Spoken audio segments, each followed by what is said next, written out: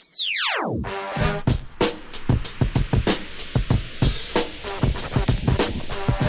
time for the shop report with Barbershop Jay.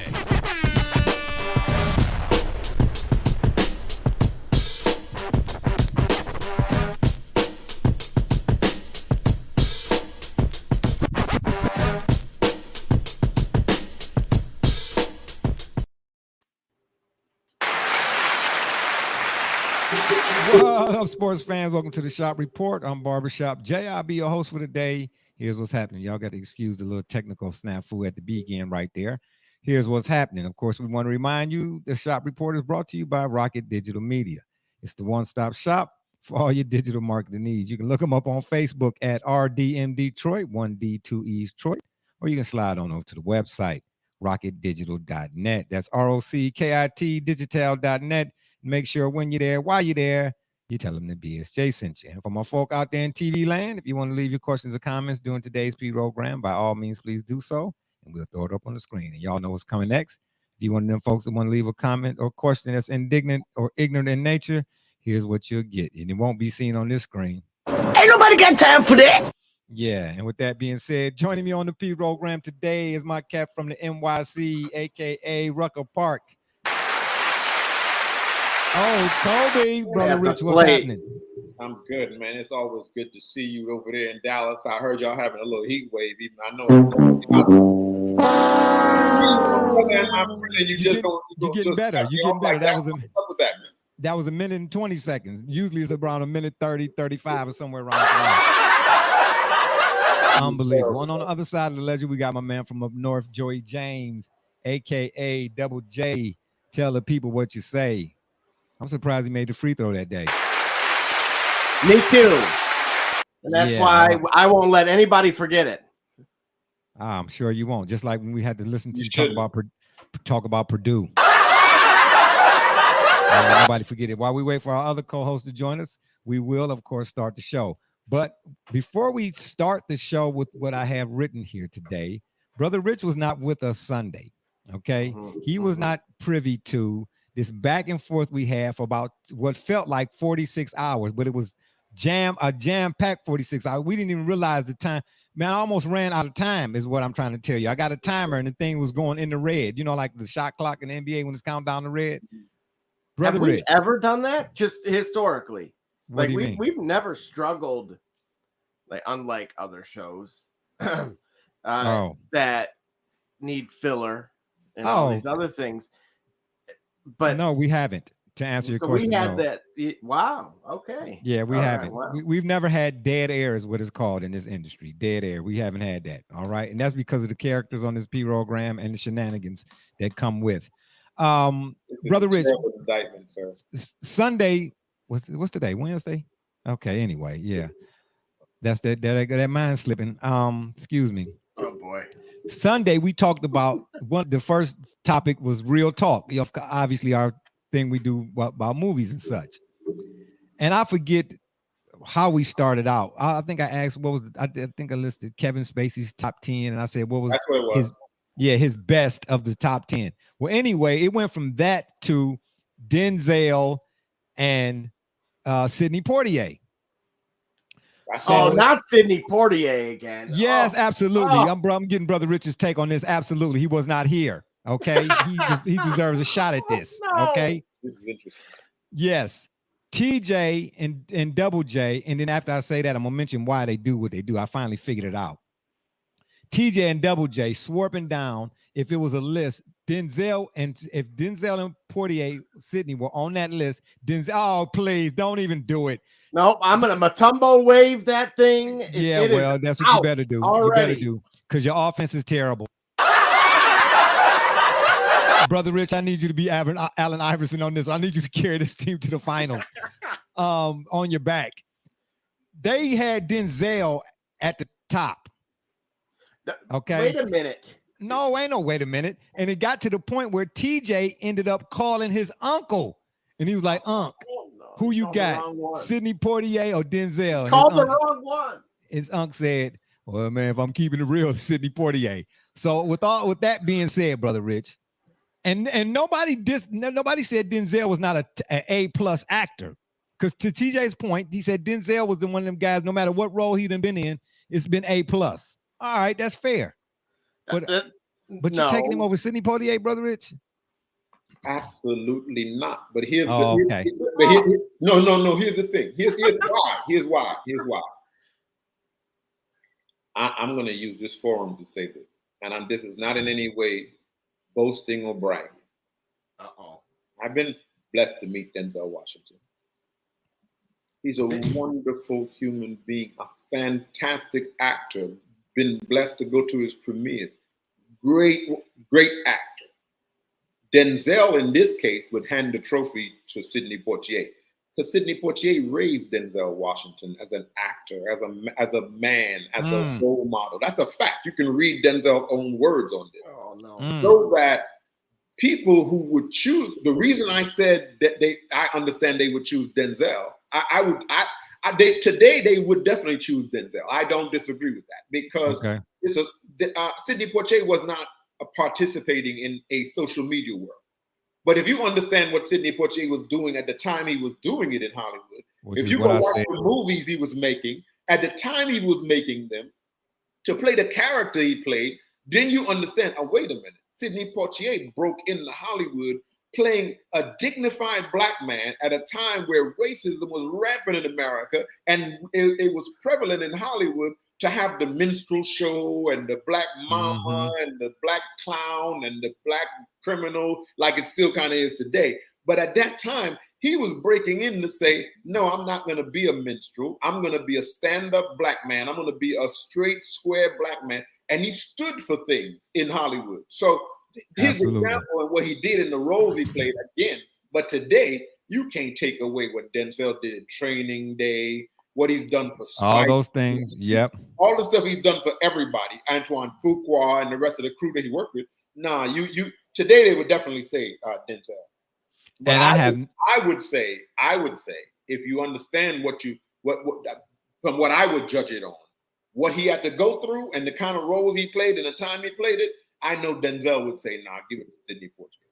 Yeah. Well, and that's what's not fair about this. A black baseball player saying, Jackie Robinson didn't pave the way for me, so that no matter what I get as a black player in baseball, I look back to and I always got a genuflect. It's like the generation that came along in our time. It's you when you say GOAT, it's Jordan, and it's that kind of basketball player. But to them cats, remember, to them cats back then, it's like, man, come on, y'all ain't see Bill Russell, y'all ain't see. But to us, it's like, now we saw Kobe, we saw that, we saw Magic Johnson, we saw Bird, and we saw what Jordan did to all of them. And then we see what Kobe did to them. So this generation, they say, no, it's LeBron, because it's a social media era. It's all about LeBron 24 hours a day. They'll tell you, LeBron is the GOAT. This generation would definitely tell you Denzel is the one. Definitely. Definitely. No question. I give Denzel. He's done too much good stuff. Okay. I lean towards more Denzel. Now, wait a minute. I'm only going to debate, and not even debate. I'm going to provide a little bit more clarity and context into this. Right? It was a ranking of it, and this at this point, Barbershop. I'm sure you would have agreed. We took the original question in concept, and at this point, Bro Rich, this was 45 minutes later. Okay. So it evolved into ultimately a top 10 list. So to your point, you're absolutely right that Denzel is actually on record in stating the influence and guidance. Right. So not just influence, not like some could say, hey, I watched Jackie Robinson play, or no, this was, hey, he put me under his wing, yes, guided me, and helped essentially to a large extent. I wouldn't even put it mildly. It helped me get to where I am. So taking all that aside, you brought up generational. And this is where it got very interesting for all of us, because you brought up a few names.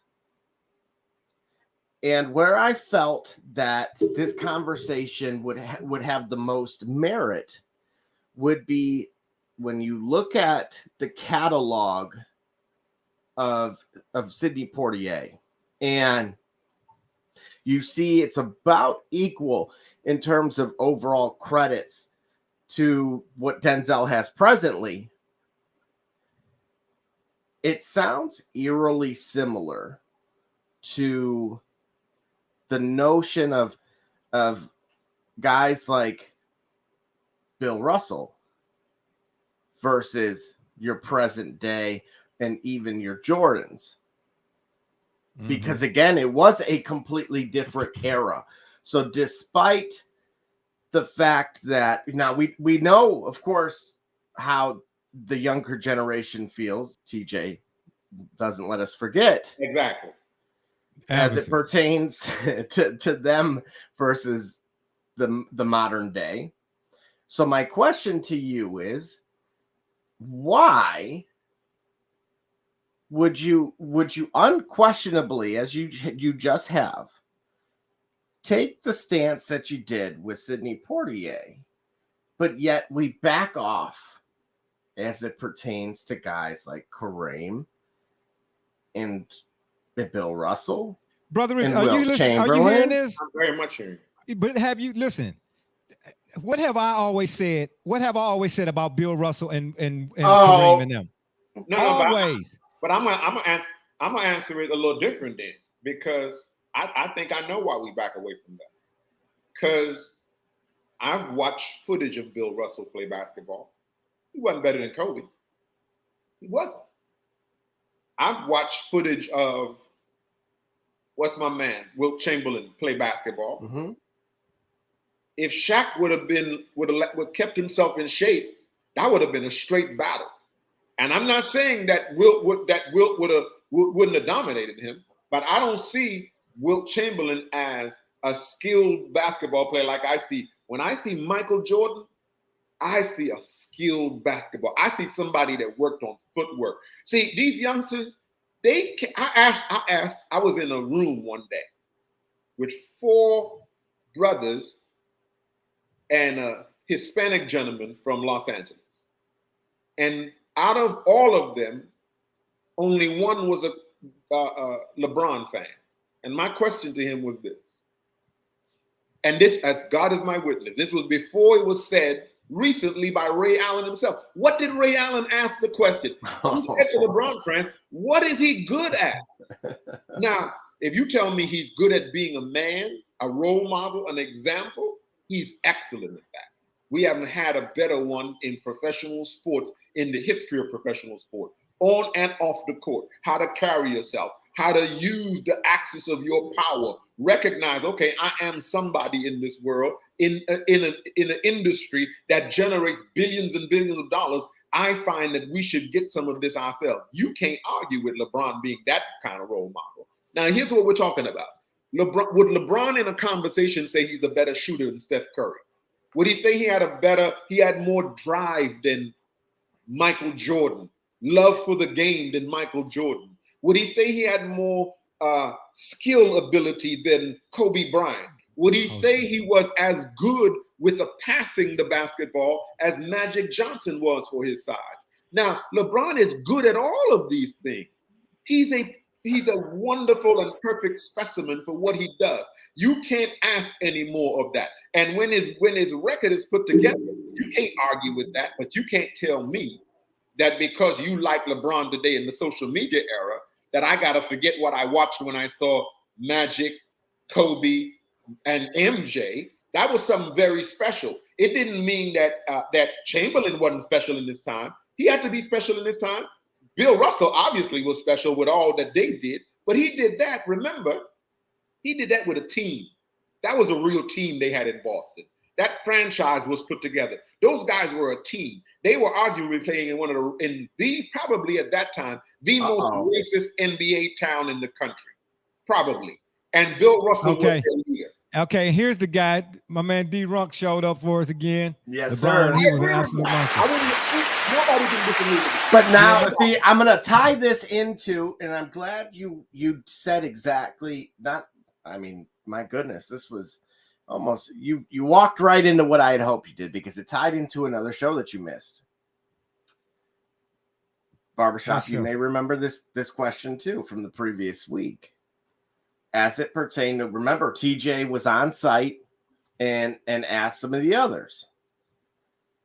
As it pertains to Rasheed Wallace being a top 5 player in the modern day. So Andre Iguodala said he would be. He said he would be better than Giannis. So based on the stance that you took just a moment ago, could you plug Rasheed Wallace? TJ's group there on the job site said there was no way he would be top 5 because he wouldn't be able to, outside of technical fouls, that he couldn't get away from the technical fouls. But do you think he could accomplish that? Given Barbershop and I walked through pretty much team by team who he would be guarding. Who would be guarding him. Yep. So defensively. But before you answer that, Brother Rich, let me back up a bit and add clarity or clarify this whole thing about Bill Russell and Wilt Chamberlain and Kareem and such. Anybody that I work with will tell you, because we've had plenty of back and forth in the locker room about this. I've always said this whole idea of a GOAT is a fabrication. It's a newness type of thing. It's a today BA type of thing. We didn't use that kind of stuff when we were growing up watching guys and, cats. I'll get to your comments here in a second. We didn't use that terminology. If Dr. J was sweet, Dr. J was just sweet. If Spencer Haywood was sweet, Spencer Haywood was just sweet. If Magic was cold, Magic was cold. If Kareem was cold, Kareem was cold. This GOAT, there is no such thing realistically. I get it's fun to talk about, and it's what drives ratings on all of the major networks and whatnot. But if we're being realistic, there is no such thing as one player being better than all the others. And here's what I said in the locker room. If you're going to even think about having that debate, the first thing that needs to be discussed is what are we basing it on? Because if we have, and then once we establish the parameters of what we're basing it on, which that we can maybe level the playing field amongst the participants, it would have to be resumes. And then if it's resumes, then in that instance, it would have to be a Kareem or a Bill Russell. Well, you understand? But here's the thing. We get away with the GOAT argument because now what they do is shrink it and say it's for era. Ooh, it's for era. What era? I don't know, D-Runk. Hold on, brother. Hold that thought. I don't know, D-Runk, because the argument was it came down to footwork.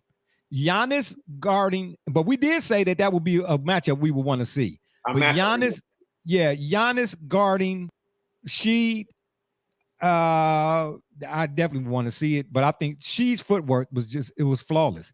His problem was his technicals. It was his head case. Rasheed Wallace wasn't even top 5 in his own era. His problem was the referee. Well, that too. Look that up. That was that's because the game was still young. But now we got enough data to say who would go. But something we were pointing out is that there was. Well, he said Jordan is his GOAT. That's what it is. It come down to your era. What era were you watching it in? Who did you see? But this is the context that we were adding, is that Rasheed was in an era where the 4 position was arguably its best historically ever. But with multiple Hall of Famers. And then we said this too, though, Brother Rich. We said this too. Which sheet are we looking at? We looked at Portland the versus sheet with Portland. But let me say it this way, Brother Rich. Aside from the refs and all of that, when Rasheed's head was in the game, from an offensive standpoint, what could he not do? Absolute facts. And he had every tool in the toolbox. There are people that say that of his era, at his position, he is absolutely top 5 of his era at his position because of exactly that. That everybody know. Oh, if he stay in the game, if he stay in this game, he putting in work tonight. And that was the question. Was he going to stay in the game or not? That was the biggest question surrounding him. He was on the court, absolutely, from college all the way through to the NBA. He had game. Yes, he had nice footwork in college. He was nice then. And that's why I mentioned that too, North Carolina. But here's the thing. Here's my whole contention about the GOAT, though. How if you look at it from a literal standpoint, you're saying This guy is the greatest of all time. The NBA been around since 1947. Because of errors and because of the different, like I've heard NFL players, guys I talked to in the NFL say, you look at now, you might make a case for a guy like Jim Brown because he did things in less time than it took guys more time to do it in. But here's the thing. How can you really compare, and I'm using going to football, it's a different sport, but the concept is the premise is the same. He said Jim Brown had never missed a game, you know what I'm saying, in 9 seasons and compiled over 12,000, 13,000 yards, right? Well, then here comes along a guy. I don't want to pick Barry Sanders, whoever you want to pick. And no disrespect to Barry. I love Barry Sanders. He had 15,000, or Emmitt Smith. He had 20-something thousand yards, whatever the case may be. But if you get two or 3 more games to do those types of things, you understand what I'm trying to say? Or if you get extra weeks to do, how can you can't, how do you, they don't match up. They don't match up. They don't match up. But here, listen to the comment of D-Rump. He was saying earlier, he's talking about, look at he's saying, we're comparing him, Rasheed Wallace. We're not comparing them because when you use the word comparing, it's as though we're saying they're equal to one another. We're talking about them we're comparing them in terms of what they are as basketball players. We can't compare their eras because he played in a whole different era with a whole different team. This boy playing today, and if you look at Giannis and you don't understand that Giannis' footwork is not as nice as Rasheed Wallace's footwork was, but unless you look at it from a purely basketball point of view, you don't care about that. You just care about, that guy in his era, he wasn't the main guy on his team like Giannis is, who's taller. Right. Drafted from a whole different continent and community. He's a European basketball player. Come to America. Right. Remember, he had to put on all that weight and remember, we're talking about Giannis now. Just had Milwaukee lost that title, that when they were talking about breaking that team up, that would be it for the coach. That was Giannis a bust? Giannis had just broken out. We all saw potential in him if they had built a team around Rasheed Wallace, and he was the kind of player, and he was as tall as Giannis was, he would have been a very dangerous player in the NBA, even in his time. But we're talking about them as basketball players, but we're not comparing them in terms of, because we can't. In totality, right. We're not comparing them in totality. But what I'm saying, from an offensive skill set standpoint, that's all we're saying. Giannis's offense just now got here. Just got there. Just arrived. It just now got here. Right. From an offensive standpoint, Rasheed Wallace had every tool in the bag at North Carolina. Do you understand what I'm trying to tell you? I'm talking about at a time at North Carolina when North Carolina was pumping them out at the NBA level. Jump shot. He could shoot a real. We wasn't just could just throw the ball up. He could really exactly. He could put the ball on the floor. He had footwork. He could make a drop step basket. He could do all of that. He had a head fake. Check his game out. You was right there with him in Detroit when y'all won the ring. It's because I never looked at Rasheed as a huge point threat. He was effective, but Giannis a threat. He was because he played on the Detroit Pistons, and they were a guard-oriented team. That's what they weren't a star team. Well, they were a collective. They were a collective.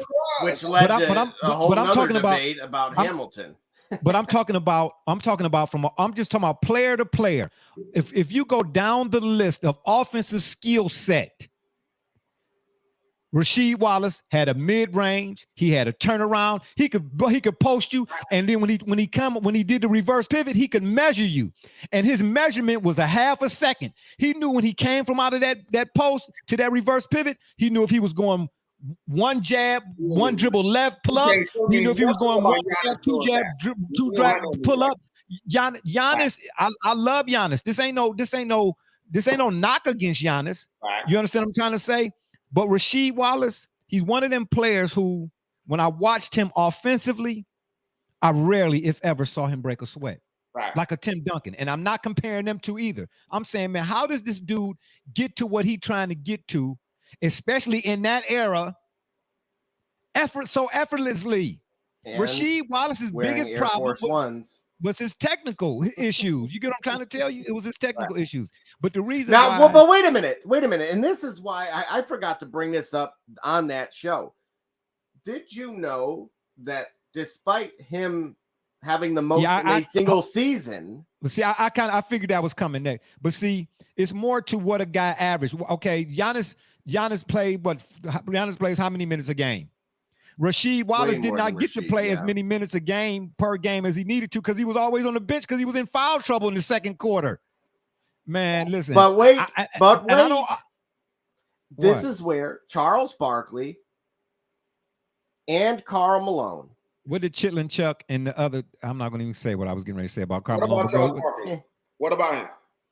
They have more career technical fouls than Rasheed Wallace. I never liked Charles Barkley to be in no conversation as the greatest of nothing in his time. He was a fat, slovenly, lazy basketball player. And that's why him and Michael Jordan, no, that's the truth. And that's why him and Michael Jordan fell out, because he never lived up to his potential. That's why he hates the young players and talks about them, because he can't understand that LeBron, no matter what he thinks of LeBron is dedicated to the game. He takes care of himself. He plays up to the best and the most of that his body will ever give him in terms of basketball. If Charles Barkley had even been half a disciplined basketball no, it's not, man. No.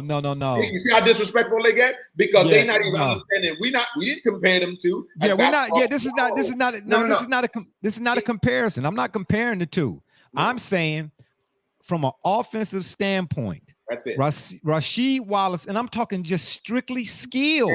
Giannis been in the league for how long now? 4 years? 5 years?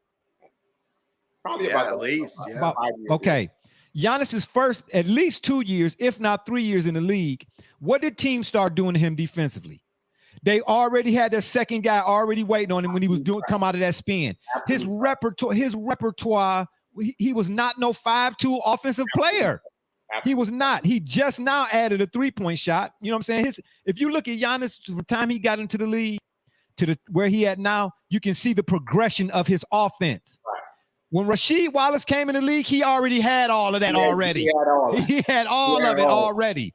Now, whether he was an MVP caliber or whether he was a championship piece, or the main piece, I don't know. But some people say on that some people say on that Pistons squad, yeah. And when this ain't no knock against Giannis again, I love Giannis. I love it because Giannis to me is a throwback type of dude. He the type of dude I would love to play with. You know what I'm saying? He's definitely the type of dude. I was just saying Rasheed Wallace. Man, I loved seeing him go into his bag. Right. You know what I'm trying to tell you? I loved seeing him go into his offensive bag until, but listen, I don't know this to be a fact. I don't, but I would, and I'm not a gambler, but I'm willing to bet that teams that knew that they had to play against him, once he started cooking, somebody somewhere said, okay, say something about his mama or say something that's going to get him out his hookup. You understand what I'm trying to tell you? And then off come the headband. And then next thing you know, he cussing at the ref, you know what I'm saying? And they tell him to go have a seat. Right. Or you know what I'm saying? Or hit the showers. And they in the opposition, like, told y'all it was going to work. You know what I'm trying to say? Now let's go to work. You know what I'm trying to tell you? You had to get him out the game that way. Because otherwise he was cooking you. He had offensive bag like Melo. Yeah, he had a bag. You understand? He had offensive bag, man, all day, every day. You know what I'm saying? But Giannis came from overseas, bro. He had to progress. Yeah, right. I mean, no question. That's all we're saying is he had to work on that part of his game. You can't say he was a better basketball player because he won a title. No, he had to work on that part of his game. Yeah, he did. He had to work on that. Yeah, he had to work on what she'd already had. But this is no knock against neither one of them. Yeah. And lastly, I'll say this. And I was hoping TJ was here by now, but it's fine. I know he's watching somewhere. The reason why Brother Rich and I say the things that we say, because TJ loved talking about some y'all old heads always talking about the old players. Man, nobody care about them guys. You know what I'm saying? Know your history will be doing repeating, you know, that type of stuff. He just care about a player. He doesn't care about basketball. He just cares about that player.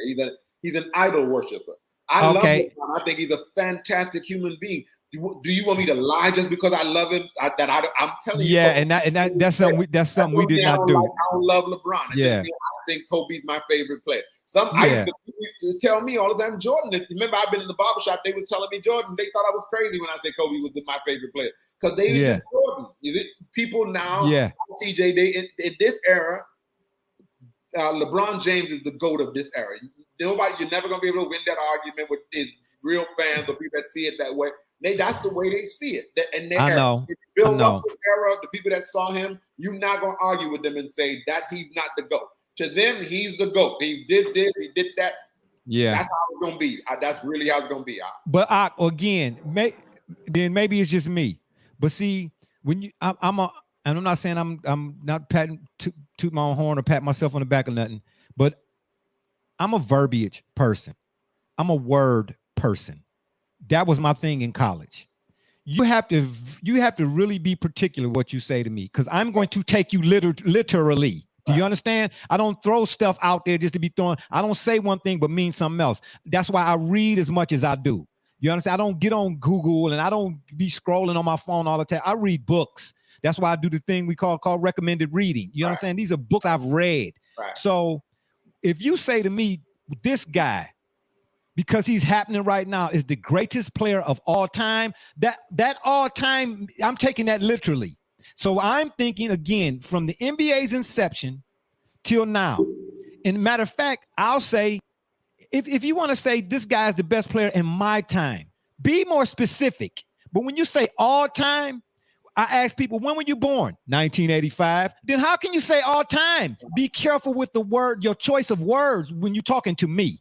Right. I ain't saying I'm nobody. When you want to go talk to them about that and whatever it is, then go over there to the cooler. But if you have to do water cooler talk. But if you come to me and say of all time, I'm going to take that literally. And to me, from the time I started watching basketball, late 70s, seeing Dr. J and Bird and Magic and like I said, Spencer Haywood, and then going back over cats that played at the Rucker that didn't even make it to the league, and all that old type of stuff.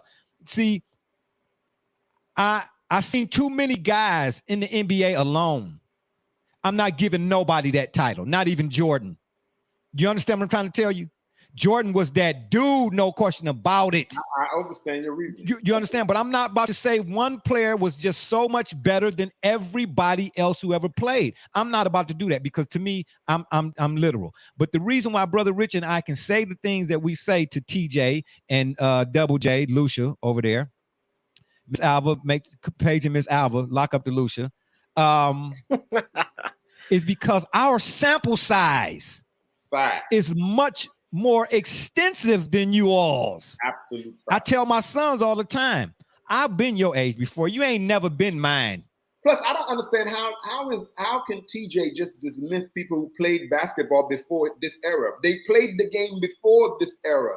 It's not, the game didn't just start today. The game's been going on. So how do you not know who played basketball before and just say, y'all old guys, look at the old guys? They ain't got nothing to do with the old guys. They got to do with who played basketball before and how did they do it. Somebody taught exactly how the style of play. Yeah, the style of play. Who used to shoot the pass? Who was a great? Yeah, you have to know those kind of things. So how you gonna say that don't matter? It matters in a court of law. You got to have that in a court of law. Hello. Precedent in a court of law. So hold on, Double J. Hold on. Let me read this comment, because what he said here is one word that he said in this comment, which is why I'm glad he said it the way that he said it, and he put that word in. See, this is what I'm talking about. I'm a linguist. 40 years from now, the young kids gonna laugh when we say LeBron was a beast. I get you. The game is forever progressing. Facts. Most people, when you have that conversation with them, you know what they'll say in place of progressing? Evolved. And see, there's a difference between progressing and evolved. I'm so glad he said that way, because he just gave you an example of why I say you better choose your words carefully when you're talking to me. Because people say the game has evolved, have no clue, no disrespect to you, whomever you are, whoever you may be. Evolve. Evolve means to go from the simple to the complex. Period. So couldn't you make certain absolutely elements? For example, you could start with just the 3-point line, because the game did evolve. But remember, this is a game that started that looked like it was something out of WWE with chicken wire. I know, they didn't even have it out of bounds. No. That's a misappropriation. Do I need to pull up the definition of the word? See, that's the people have associated evolve with it progressing. The game progressed. I agree with that. That's what that is. The game progressed. Double J, here's what I'll ask you about that. Did the game really evolve when we developed the three-point line? Because you could always shoot from out there. That may have made the game devolve. So be careful. Now, thank you. Thank you. Whoa. It does because remember now, who just put up a stat chart on this program recently showing us that they put up, or was it a text thread? The game then. Yeah, they did a year comparison. That they shoot. That's ruined the game of basketball. Even Steph Curry has had to disassociate himself from the fact that everybody wants to now be a perfect three-point shooter. That has ruined the mid-range game. It's ruined the big man's game. So now that's why we can have something that we call ridiculously positionless basketball. Did the game really evolve, or did the game progress? And was the progression in a forward manner, or did we progress? Did we regress? Okay, there you go. That's different from what I'm referring to. See, when I'm talking about evolution, I'm referring more so just like saying a human that supposedly, that wrote on the walls that versus, designing cars. That's different though.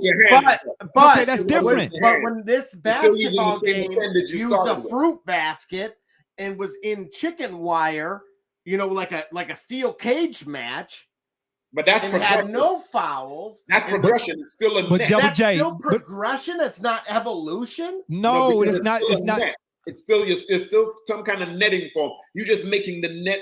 What is now the net was just something different. The game is still the same. You still got to put it through that. Whatever you call that, being in a steel cage versus an out of bounds. No, totally different. No, the example you gave when you're talking about man, that evolve is apropos in that instance, because let's say man went from wearing a bearskin rug on his back to now wearing button-down sweaters and clothes and shirts and shoes and things of that nature. That's evolved. But in regards to basketball, the more apropos term would be progressing or progression, because like to Brother Richard's point, guys have been shooting out there. It just wasn't no line. God, Pistol Pete was shooting from that range. No. I know, and that may have been a bad example. But again, and we do know about Earl Manigault, by the way. Yeah, we do. We definitely know. Yeah, definitely know about Earl Manigault. He said the game didn't evolve because it's still the same game. It's just the players are better and more skilled. That's not the same game. I'm talking about that very early phase where it was like literally like a medicine ball. Yeah, right? But that's progression. Here's evolution. Here's why that's progression, because we are still using something that's a ball. You still got to do the same things with the ball. You still got to get the ball through something that you call a basket. Now, what you make the ball with, what you make the basket with, that really doesn't matter, because that proves it doesn't matter, because back then you could use a peach basket. It's still the same game. Now, if we say, when you're even talking about the human being, as the human being evolves, now the human being is still using the same hand that he was using or she was using when they were a baby writing on the wall. It'd be different if the human being moves from using his or her hand to using his or her feet when they grow to be 10 years old, and using their elbow when they're 15. That would be something totally, but you're still using the same apparatus. It's Brother still Rich, the same human being. You don't let me read the definition of progression. That's a great thing. The process of developing or moving gradually towards a more advanced state. Okay. All right. Now, what's evolution? Just since we're here, just to clarify, because you're right. Hearing it that way, it evolved. Nails it. But this is an excellent way to do it. Hold on, bear with me. Finding the answer is real good. To go go ahead. To go from a simple to a more complex form. What we're telling you, it didn't. That's evolution? Yes, that was evolution. You're telling me that the game right now isn't more complex, that there isn't more strategy? Listen, okay, let me ask you this. The game today is easier, Double J. The game today is easier. Thank you. It's not complex. Okay, let me ask you this question. Did you see the game in Denver maybe a couple years ago when Jamal Murray, before he got hurt, when he got on the fast break and 3 of his teammates, what did they do? Yeah, when they went to the they all fanned out to the 3-point line when it was a layup open. Everybody is gearing up to shoot the 3 ball. That is not complex. I'm not talking about one situational example. I'm using that. I'm saying that's what you see. Let me ask you this question. All the way back, and I'm looking at a game that used to be a score of 2-1. Okay, but that doesn't make when. But it's the same game, though. That's why. Listen to his definition. He's telling you, basketball is not not in a more complex state. It's still the same game. The fundamentals of the game are the same. You take something called a ball, you put it in something called a basket. Now, your ability, one guy comes along, he knows how to lay it in the basket. Another guy comes along, he knows how to dunk. But it's still the basket and it's still the ball, and you still put it in something. So the game is not more complex. The game is still in the same state. That's what we're saying. An example, D-Rock is saying an example of something involving his video games, totally different now than in the 90s. Yeah. Okay, yeah, right, exactly. Whoa, like, for instance, you're still using it's still a controller, it's still a game. I mean, well, no, those games there has been I mean, okay, progression, right. Yeah. Think about more complex now than they ever were. Those games think about put Kyrie on the Jerry West Lakers and it's still legal for him to do everything he can do today. That's progression. Yeah, but I'm going back further. I am going back way further. You're going back to James Naismith. Okay. Okay. Chicken coop. At the end of the day, let's remove all of the entertainment value and the highlight reel. Let's remove all of that. The object of the game in basketball today is the same as it was when Naismith invented it. This is where I'm There's a mid-court, half-court, whatever you want to call it. There's an inbound line. There's a free throw line. There's a basket on one end and a basket on the other end. And the object of that is to do what? Put the ball in the basket. How has that changed? It has not. I'm going to find it for you. Hang on. Okay. Go right ahead. Do what you got to do. Yeah, do what you got to do. I mean, it's the same as it is. It's the same as it was. But the game has not evolved. How complex is it to run to the 3-point line? And I'll give you another example. How many times have you watched a game in this modern era? And I've mentioned this before, where you see 2 of your marquee teams. Let's say the NBA on ESPN has announced, not to give them a plug here, but let's say they have announced that the Christmas Day games, whatever game you consider to be a marquee, I promise you, at some point throughout the contest, both teams are going to go 3 or 4 minute stretches without scoring. Absolutely. You know why? Because everybody's trying to get to 100 right quick by shooting up threes. That's not complex. Where's the strategy in that? Everybody hoisting. Everybody want to be Steph Curry and the Warriors, and everybody's not. You understand what I'm trying to tell you? Well, wait a minute. There wasn't a shot clock. There wasn't a shot clock then. What are you talking about? That's progression. That's progression. That progresses the game. That moved the game forward. That's why you had to come with a shot clock. That's what progression is. So you progress the game by saying, okay, let's talk. Yes, I am going back to prototype. Yeah, prototype basketball. Why I'm pulling this on behind me. Okay, got you. Refresh my own memory. Yeah, please do. So, yeah, refresh. If I am going to plug something, I guess Vince's Places. There you go. If you want to get your quick history lesson, there's a DeLorean. Yes. You need to say that for TJ. We already know we already know we got going on here. Matter of fact, because he's not here, we'll just a shout out to TJ old, as they said. Emotional damage. Yeah. Anyway, but at the end of the day, yeah, I don't listen.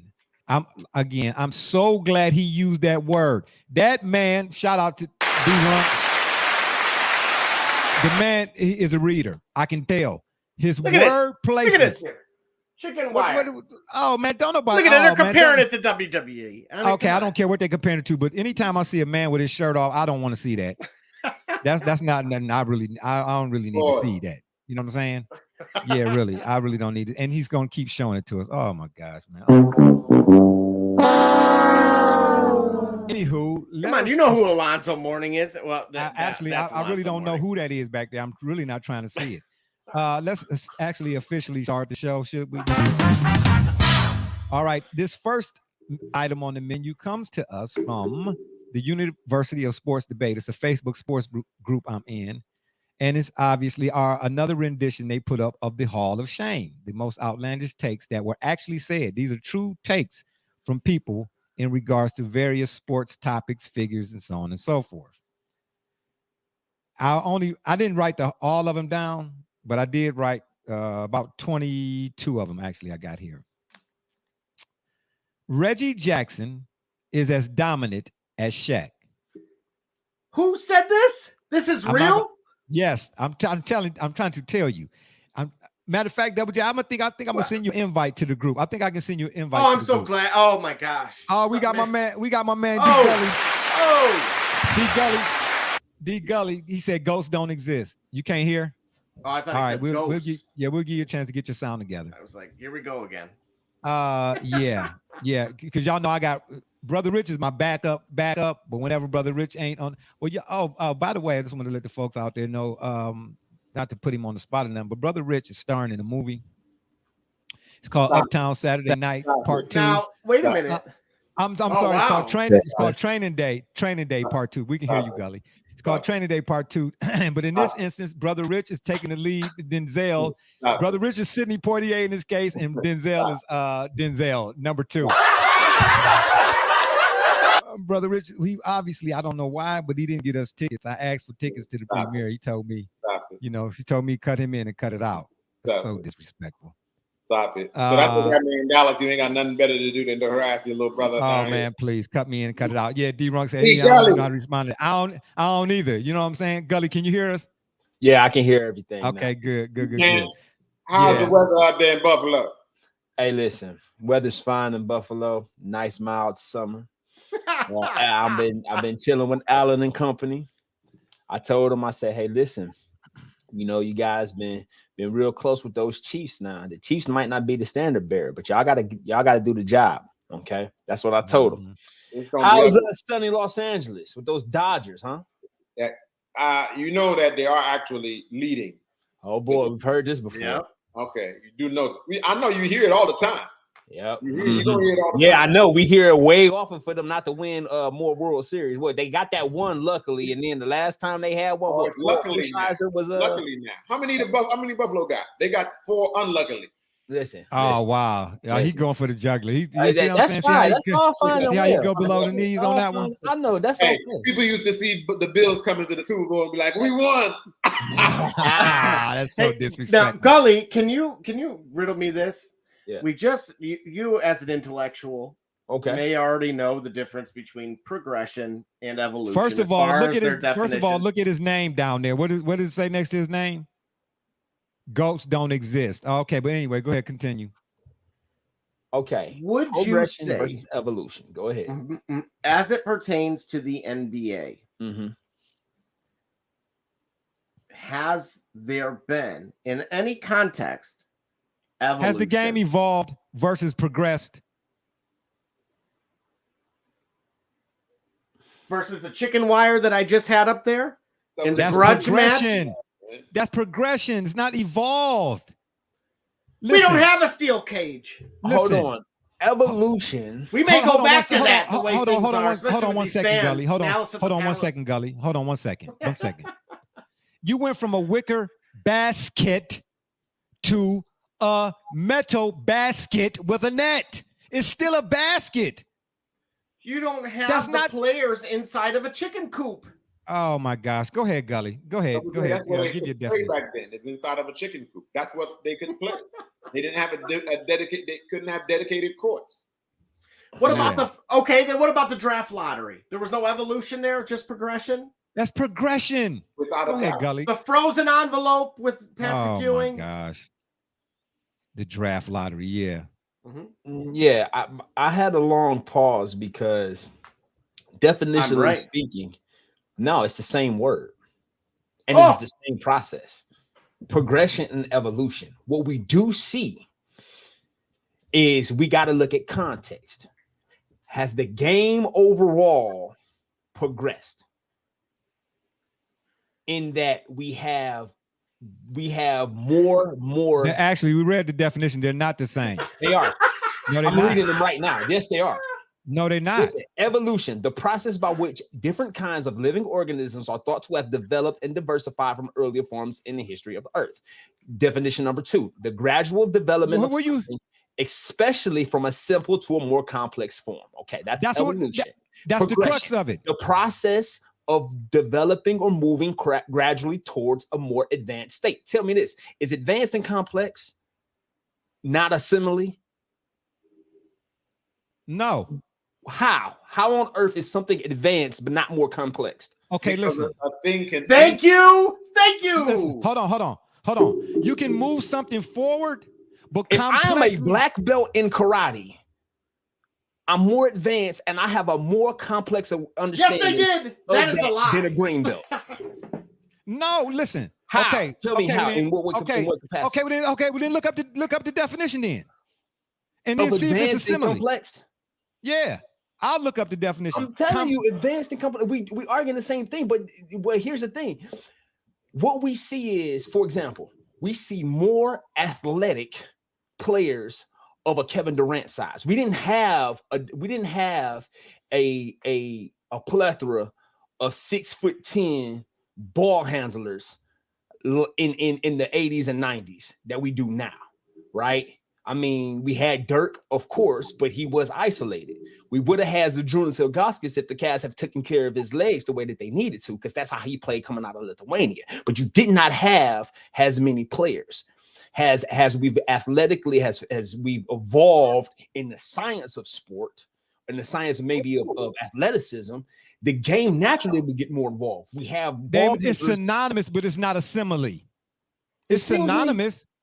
I'm looking at it right here. It's synonymous. It's synonymous, but it's not a simile.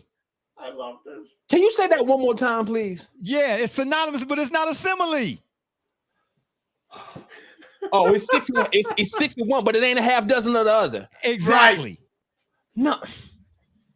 No, thank that's you. Not what it is. Welcome to the show. Listen. This is how you know, Brother Richard Double J. Listen, I'm being facetious, man. Listen, Brother Richard Double J. Now you're being facetious. No. I'm looking at. Listen, what is the? Listen, it said, what are other words? Hold on, my phone here. Hold up. Keep talking. My phone acting up. The point is, we asked about the game. Has the game progressed or evolved? What's complex about it? Because that's the crux of it. We just talked about word choices. To your point, right? All right, to your point, Barbershop. More players can do more of the same things now. Meaning, hold up that thought. Do you understand? That's what he's making the point. That it's still the same game. You can go right back and play basketball in 1990. You can go back and play it in the chicken wire. Why would it want to go back? I don't understand that. It's the same game, though. The essence is it's the same game. Now, it's progressed in the sense that today you got more understanding of what a player is going through. So we take better care of the player. That's evolution. No, that's not evolution. Yes, it is, because every bit of what you guys just said. You're just like the human concept. You're still a human at its core, but at its nucleus. This can't be that hard because he read the definition. We have to at least agree that we're using a word. If I use the word evolution and I look up the definition of that word, and he's telling us this is what this word means. Barbershop, you can read it again if you want to. Here's what the word evolve means, and here's what the word progress means. And we're saying that, look, if evolution means you evolve to a more complex state, and we're talking, the question was, has the game evolved? What game are we talking about? We're not talking about the game of sports management or the game of the business of basketball. We're talking about the game itself, the game of basketball. Okay, so but you would say to that point, Brother Rich, this is the thing. This is what I need to say.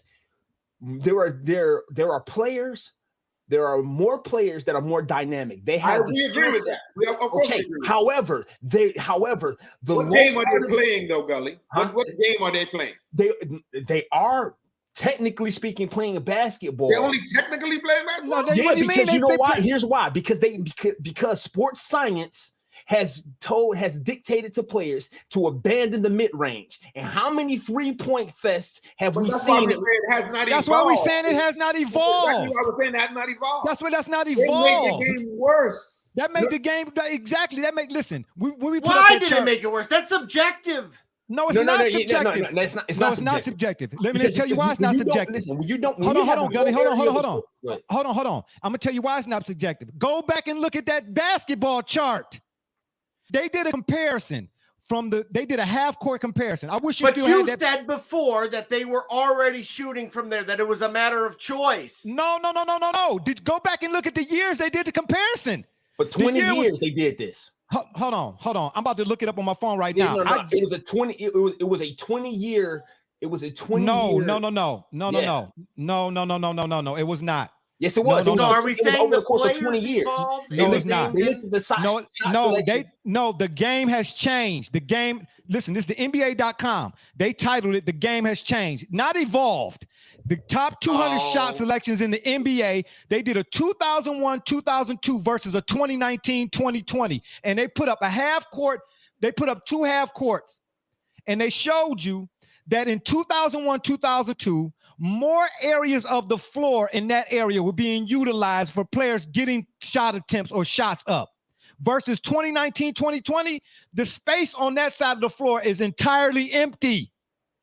How do you go from using if you got a house that you got a space 20 by 20 and you end up at first you start using all 20 by 20, but then you go to using 10 by 10, but you're going to say you evolved when you still got the 20 by 20. When you still got the 20 by 20, to your point, you still got all of the real estate, but you decide. But you're not using all of the exactly. How do you evolve if you go from using all of the real estate to not using all of the real estate? Tell me, what do you like about this game that you didn't like about the game before? Double J. What do you mean? Whoa. You asking me? What do I like? No, I'm asking Double J. What do you like about this? About today's? Thank you. So the players evolved, but the game didn't. I'm in agreement with that. Thank you. I'm in agreement with that. Right. Progression comes before evolution. The game may one day evolve, but right now it's just progressing. I'm in total agreement. And the reason why we going down this road, Gully, is because when D-Runk's first comment, he got a few of them here, and I don't know which one is which, but he used the word progression. And I had just got done saying, but when we're talking about certain things, if you're talking to me, your word choice is critical into conveying whatever message that you're trying to get me to receive. Using the word evolved versus progression. Matter of fact, let me back up. I'm gonna do it this way. Gramps, Gully, you remember Gramps? Yeah. My grandfather, your uncle, right? Yeah. He taught me about expressions. Okay. And the reason why I loved expressions, because one word in or taken out can change the connotation of an expression. He said he said to me one day, with age comes wisdom. I agreed. True or false is what he said. I said, true. 5 minutes later, he said, false. I said, what you mean, Gramps? He said, with age should come wisdom. Do you see the difference in the expression when you put that word in should? But if the game, when this man used 9 versus 9, it's not the same game. What do you mean? It don't have to be the. Oh my God! It don't have to be the same game. Because according even to Bro Rich's example a little earlier was that it's still using a wicker basket or some form of a basket, even though it didn't have a backboard, even though it was inside of the chicken coop, even though players weren't allowed to cross a line like it's hockey. There's no evolution there, just progression. There is progression. Here's why. You know why they had to stop all of that?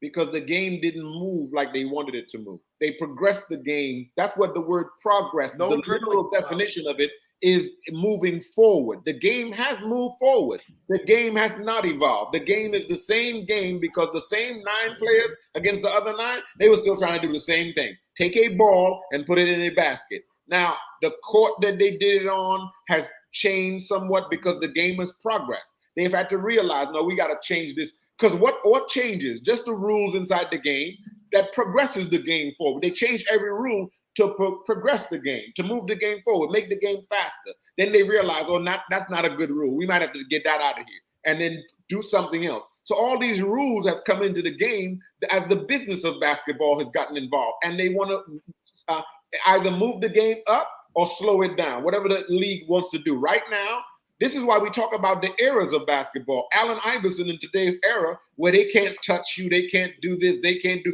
the lane is wide open. People not really, they're gonna call fouls on the superstar players. He would tell you today he would eat well in today's league. Not to mention the kind of money somebody like him would make in today's league. But the reality is the game has progressed. So it's not their time right now. It's somebody else's time. It's Jeff Curry's time. But we're asking, has the game progressed? Has the game evolved when they're taking worse shots in the NBA now than they've ever taken in life? And the game is so boring until you get down to the closing minutes of the game, because everybody knows what they're going to do. This team is going to run and shoot 50 3-pointers. This team is going to shoot 51 3-pointers. And at the end of the game is when they really got to play the game of basketball. And this is why we talked about earlier in this program how early in his career, everybody knew what Giannis could and could not do, because the players were just not, they don't really evolve their games like that. But there you go. But that's wait a good minute. example. Wait a minute. No, they don't. They don't evolve This their was own a game. duck on a rock. That It's the wasn't may I or can I basketball. word effect. I'm in agreement with that too. What you say? It's It what? was called duck on a rock. What? Duck on the rock with respect to what? That's how, again, looking at the origins of basketball, this is why you could almost ask the same question within society today. Have we since 1900 evolved, or have we progressed? And I'm sure many of us would say we've gone backwards in countless things, but Okay, I don't mean to cut you off, but here's the definition. I feel like it's What is the rhetorical difference in some between- ways. What is the difference between evolving and devolving? Evolve conveys the notion of progression, moving forward, a process of continuous change from a lower, simpler, or worse to a higher, more complex or better state. Devolve conveys the notion of regression, going backwards or down, a downward evolution to a lower state. Okay. So you tell me. But it uses the word progression in it. Yes, because progression is definitely part of its definition. But so we're talking about that part of the definition. We're talking about what does the end of the definition say? It says it evolves to a more complex state. Which we would call the modern era, which would be what, post ABA, when they incorporated the last rules that were influenced by the ABA. Yeah, that's three-point line and so on. But is that where we draw the line, that the game has not evolved but only progressed since then? Is that where we would draw our cutoff? See, I don't think so. No, I would not draw it. I would not draw a cutoff. I would say when we look at, I'm telling you, I think it's when we look at the shot selection, and we look at the transition from the shot selection, we're looking at the what they call it, the statisticians. Yeah, the analytics. The analytics basically declaring the mid-range shot a waste of time, which oh boy. I'm so glad y'all on here. Listen, we going back and forth right now. Yeah. We talking about whether or not if the game of basketball, NBA obviously, has it evolved or has it progressed? Progressed and evolved, both. Thank you. How is it progressed? Thank you. Listen, evolved is no. He said both. Let him explain them both. He gave them both. How's it done both? Hold on. Let JC weigh in. This JC and TJ right here. By the way, he shook his head. No, I want to know why. No, yeah, let TJ explain this because I'm trying to understand right now. Okay. All they do is shoot threes. It's not AAU. Thank you. That's what we're saying. That's just what we said. That's exactly what we said. He got to go. Exactly. That's exactly what we just said. Well, we got what TJ gonna be. He's a LeBron era player. He's seen LeBron. Our players more skilled. Yeah, but the game itself, come on, man. Thank you. All they do Thank is you. shoot threes. They That's should it. be given all the athleticism, given all the skill set, given all the ball handlers and the way in which, like I said, taller ball handlers. We should see a lot more use of the mid range. Yes. Thank you. There's only a select few that still use it. Thank you. Shout out to Snowman weighing in. Yeah, no, you ain't missed the fun, Snowman. Listen, here's what I'm saying to you. To me, my whole basis is simple to complex. That's the only portion of it I'm looking at. Evolve. We on the prison yard. Evolve versus progression. And that's why based on what you're saying, Barbershop, that evolution died in 1979. No, it did not. No, that is what you're saying. That they devolved since then at the current state that it's in. Listen, okay, here's what I mean. Let me be more specific. The big man standing around in the paint still. It's cool. I know what he wants. No. Let me be more specific. Let me be more specific. In the modern era of basketball, the today BA, I call it, from an offensive standpoint, the style of play, what defenses make offenses have to work to score? Currently? Yeah. I said the today BA. Look at this face. Look at the face. Look at my man's face. The buck. The who? You see what you're saying? See, in other words, I can't speak for the 40s and 50s and 60s and 70s, but the 80s, 90s, and the 2000s, it used to be a staple. When I say style of play and complex, you had to really strategize on how to score. Y'all had one shooter on the team, bro. Man, but this is why, to TJ's point, wait a minute. To TJ's point, one shooter. I don't care, bro. We would call this the analytics and efficiency era. 70s. Oh man. Okay, but listen. But the reason why you saying they only had one shooter on the team, because everybody that's shooting now think that they Steph Curry and they not. Yeah. You got a whole. You got more players. They still only got one shooters on the team right now. Thank you. You still only got one shooter on the team. The key word is efficiency.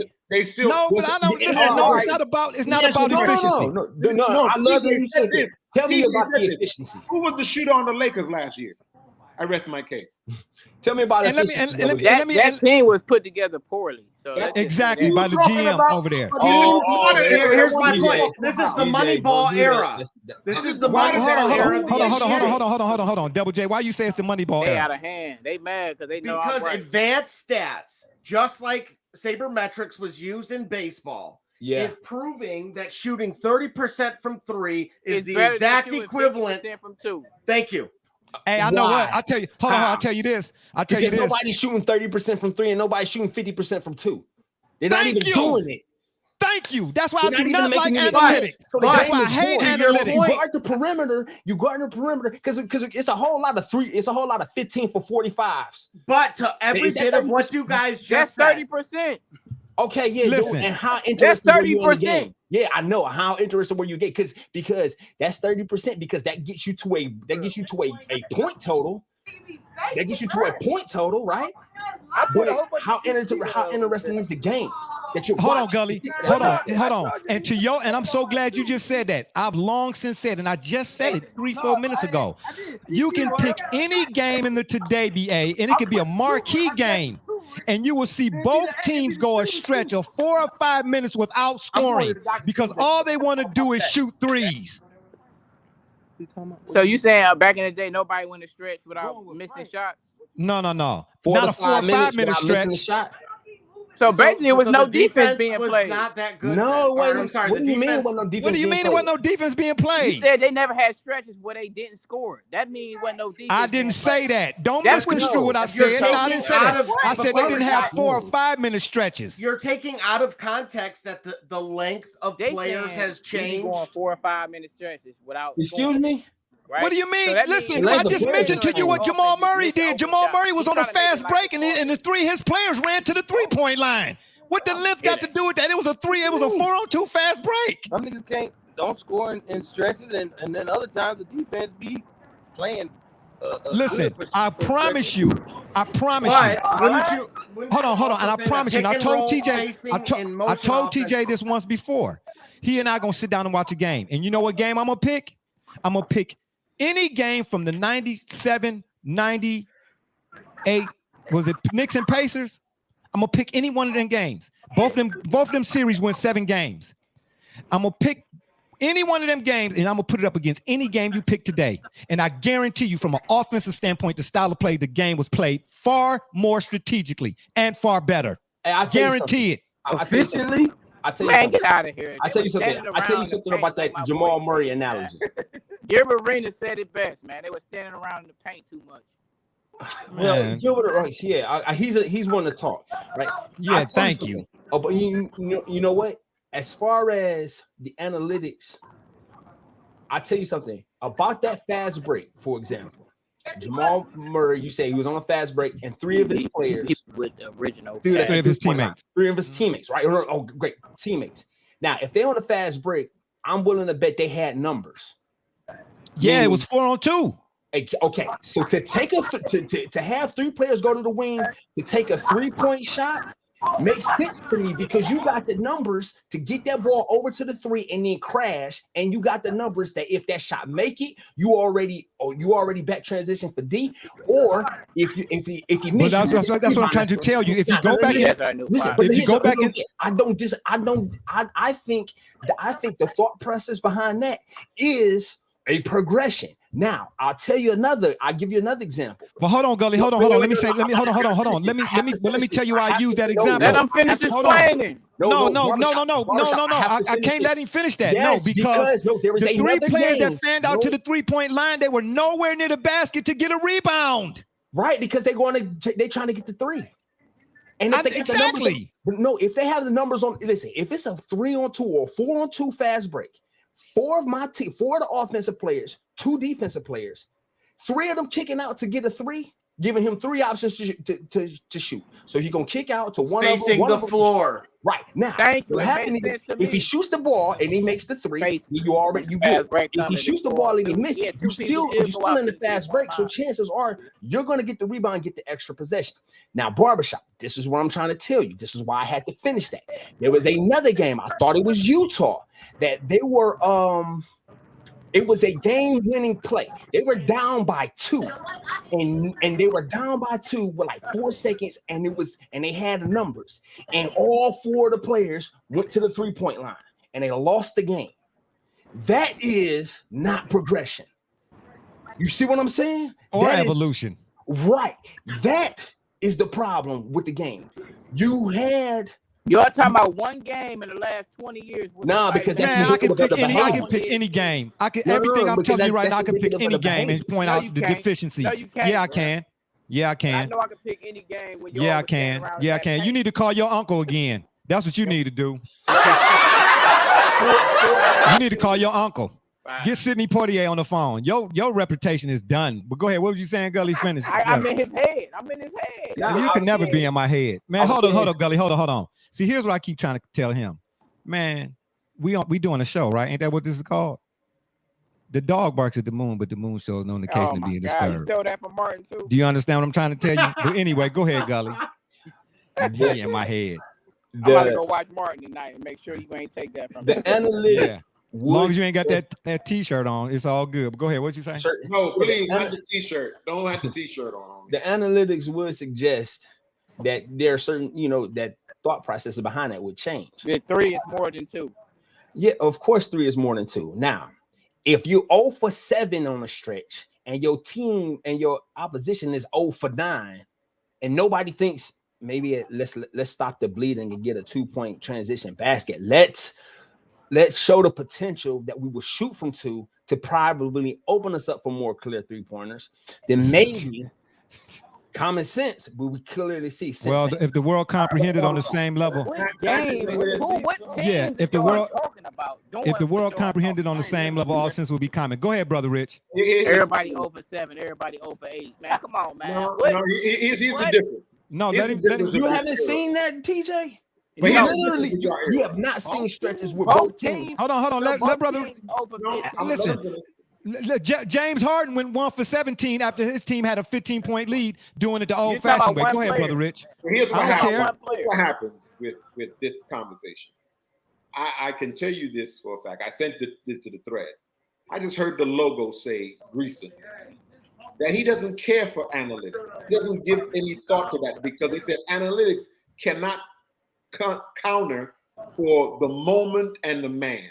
Here's why. Thank you. When you see the statistics of somebody that shoots 75%, 80% from the line regularly, but now with 1 second left to go on the clock, you see that person in many circumstances, they'll miss that free throw because that condition, shooting it under that much pressure, taking a shot, a three-pointer. Yeah, you may be a 33% free throw three-point shooter. You may be a 50% free throw shoot, three-point shooter. But what happens when it's 1 second left and one tick on that clock? Nah, in that moment, and them nerves got you. Oh yeah, now them nerves is hitting them nerves. Them nerves. 1 second on that clock, Brian making that shot. We never mentioned any particular player. We're talking about what happens and how the statistics are different. Oh, so how come you get to use your one player, but then when we talked about 1 for 17 stretches, you said it was just one. Ain't no such thing as one player. Oh my gosh, you see how you move the goalpost? Yeah, but wait a minute. Again, you're acting like there wasn't a hack-a-shack era. Why was there a hack-a-shot error? But guess what? He was what Shaq even said about that. Because he was. What Shaq said about go ahead, that. Go ahead, brother Rich. Go ahead. Shaq said about that. Go check the clip, and the facts bear him witness. He said, "I make him when they count," because coaches, oftentimes when they thought they would do that, yes, there were times when he missed 2 in a row, but he would often make 1 of 1 because he had a higher shooting percentage in that time, and that until the coach took him out. But he had a higher shooting percentage in that moment than he would have sometimes for the whole game when it mattered. Go check the statistics. Don't just take it from me. You all like statistics. Go listen to what Shaq said. So why y'all always bring it up? Because Brown always makes because he was a terrible free throw shooter. No, I'm just saying y'all say LeBron terrible, but he make his when it mattered too. Every time. What? That's your argument. Look, you have that argument. What? When? Okay, so then. Okay, so hold on. Didn't make it? Hold on. Okay, so then in his case, his case, 2013, Kawhi missed his after LeBron missed his. They won that finals. Nah, bro. You said name a game that he didn't miss it. You see, that's what I'm trying to say. Moment. We ain't talking about whether or not who won the game. You said name a moment that he missed the free throws. The dude name a moment, and you're gonna say they won that final. I don't recognize that moment, but I know I know you don't. Oh yeah, of course you are, man. Come on, man. Come on, man. Come on, man. Come on, man. Yeah. Give somebody else the microphone, man. You done. But ultimately here, you're talking about when he won a championship. He must have made his when it mattered. Okay. He just mentioned it. He just mentioned you a moment. You asked for it, he gave it to you. Now you want to talk about something else. But now it's about something else. Since we actually are bringing up LeBron, his whole model, believe it or not, is actually contributes to this kind of sabermetrics based era. Look at the teams that he traditionally likes to create, which is to be able to run a pick and roll, kick out, and have a shooter open. He wants shooters surrounded around him. Okay, to space the floor. Buddy Hill wouldn't have been a good choice for him then. When we had that discussion. That's because he's a terrible shooter. No, Buddy Hield is not he a better shooter than Russell Westbrook. Westbrook. Did you hear what the Pacers want for him? That's absurd. I don't see that ain't got nothing. That ain't what we're talking about. You just said the type of team that LeBron likes to surround himself with. In that instance, when DeMar DeRozan, Buddy Hield, and Westbrook was on the table, Buddy Hield would have been a better option at shooter in those clutch moments, if you would, than is Russell Westbrook. Stop it. He's not shooting. Man, he's not getting the ball. Come on, man. Come on, man. He's not having that ball in his hand. He's KCP. Didn't you just say LeBron liked to kick out and shoot? Yeah. I don't need Buddy Hield to do nothing else during the game, but when in a moment that's like why he had KCP. When it counts, is Buddy Hield better than Westbrook in the first 3 quarters? Is he? Who gives a crap? We're not talking. Listen, what he just said was LeBron likes to kick out to guys in moments. I don't care about 1 through 3 quarters. That's what LeBron's job is. Set the table and let everybody else eat at the end. You talk about how Paxson hit a shot. Let everybody eat at the end. What? Yeah, LeBron. Yes, because traditionally, right? That's the argument about LeBron. The LeBron versus Kobe, LeBron versus Jordan. LeBron don't have that killer instinct. What LeBron does. Well, that's a lie. He got more game-winning shots than both of them. Right. And at a higher clip. So that I hate that that little lie right there. That notion that he don't take the shot. I mean, I'm not. You know what? I kind of shy away from talking about whether a guy got killer instinct or whatever else. But I know you guys have heard that before, right? Because like LeBron, LeBron don't have that killer instinct. LeBron more like Kevin Garnett in the clutch than anybody else. Say again. What about the whole game, he said. What about the whole game where he averaged more assists, points, and rebounds than everybody? What I'm saying to you is, we talking about averages and all that old crap. What did Kyle Korver average in a game? Whenever he played with LeBron, what was his average? Thank you. He would fold just like KCP. No, did Kyle Korver ever hit a big shot for LeBron in a moment? Yes, he did. Kyle Korver hit a clutch shot for 76ers. But what exactly? You said in Cleveland. What I'm saying to you is, if LeBron is the type of dude that got to have everything set around him, it don't have to be 1 through 3 quarters. But see, here's why I don't know why we keep arguing it, because again, here's where history matters. That's why Malcolm talk about history matters, because we don't understand that there's a person that exists in NBA history that hit seven conditions where he was called upon. That's why he's called Big Shot Bob, Robert Horry. No matter what his percentage was during the game, when he got that ball in a particular position at a particular time in a particular game, he always hit the clutch shot. And I'll tell you something. He got 7 rings to show for it. Conditions matter when you hit a shot. Not just I got percentage, my percentage is this. What is the conditions under which, when we really need you to hit this shot, no matter what the percentage is? From the Spurs one year, I think. He saved a lot of teams. The Rockets. When they got that rebound, Shaq them missed that, bro. Yeah, so that was Sacramento. Yeah. So at the end of the day, man. What is the conversation? What are we getting at in this conversation? We was talking about devolve versus progression. Oh. So what are y'all saying? What's your take is? I just didn't know how we got to Brian and him kicking it out and all that. Yeah, Double J set the tone for that one. He talked about how LeBron liked to be set up with other guys set up around but him. in general, the current state of the NBA is analytics with accomplishing 2 things, which is spacing the floor with again at positionless basketball.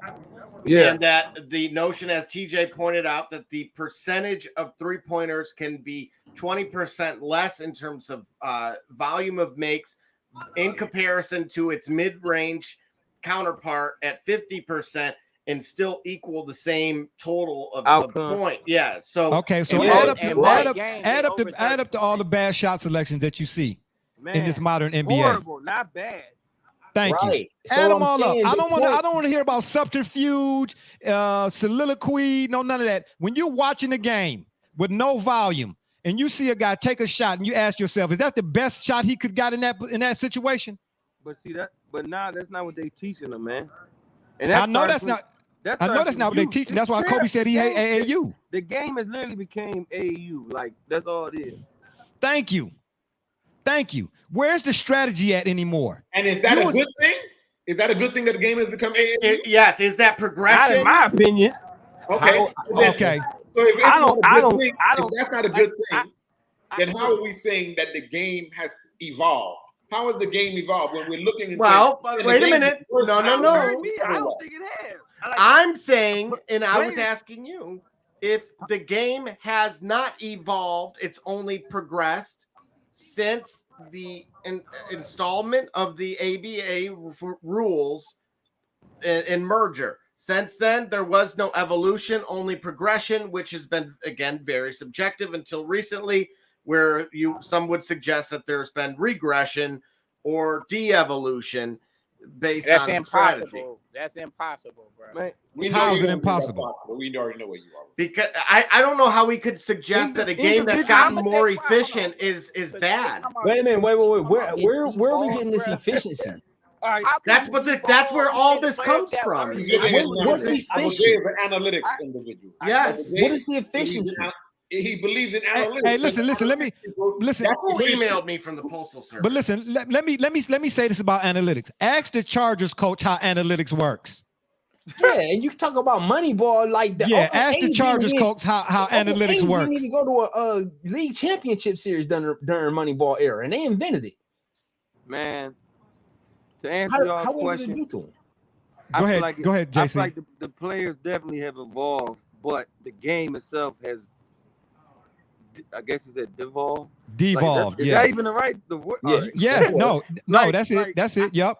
It's in my blood. I've loved the sport since I was little, and I feel like I don't even I'll get pumped watching it at the beginning of the season. After as it goes on, I don't even care what's going on until absolutely. See, that's what I'm talking about. How can you? We don't even like watching it anymore. Right? We just like you, man. We used to play basketball all the time. Now that the Cavs are getting better and we got a team that you can that's fun to watch, I'll get into it more. But like, it's not. I feel like it's the same boring brand over and over. Everybody plays. Yeah. Thank you. It's the same. That's why I call it the Today BA. Yeah. Thank you. And listen, you know why he liked the Cavs in part? Look how Mobley play. Jared Allen and Mobley are and Garland too, of course. But Jared Allen and Mobley, them is the staples on the Cavs. What do they do for the most part? They not camped out by the three. That's why the Cavs. But Barbershop, this is why I'm explaining. I don't care what y'all talking about right According to this, it was all about efficiency right now. And it turned out the most efficient shots in the game were free throws, layups, dunks, and three-pointers.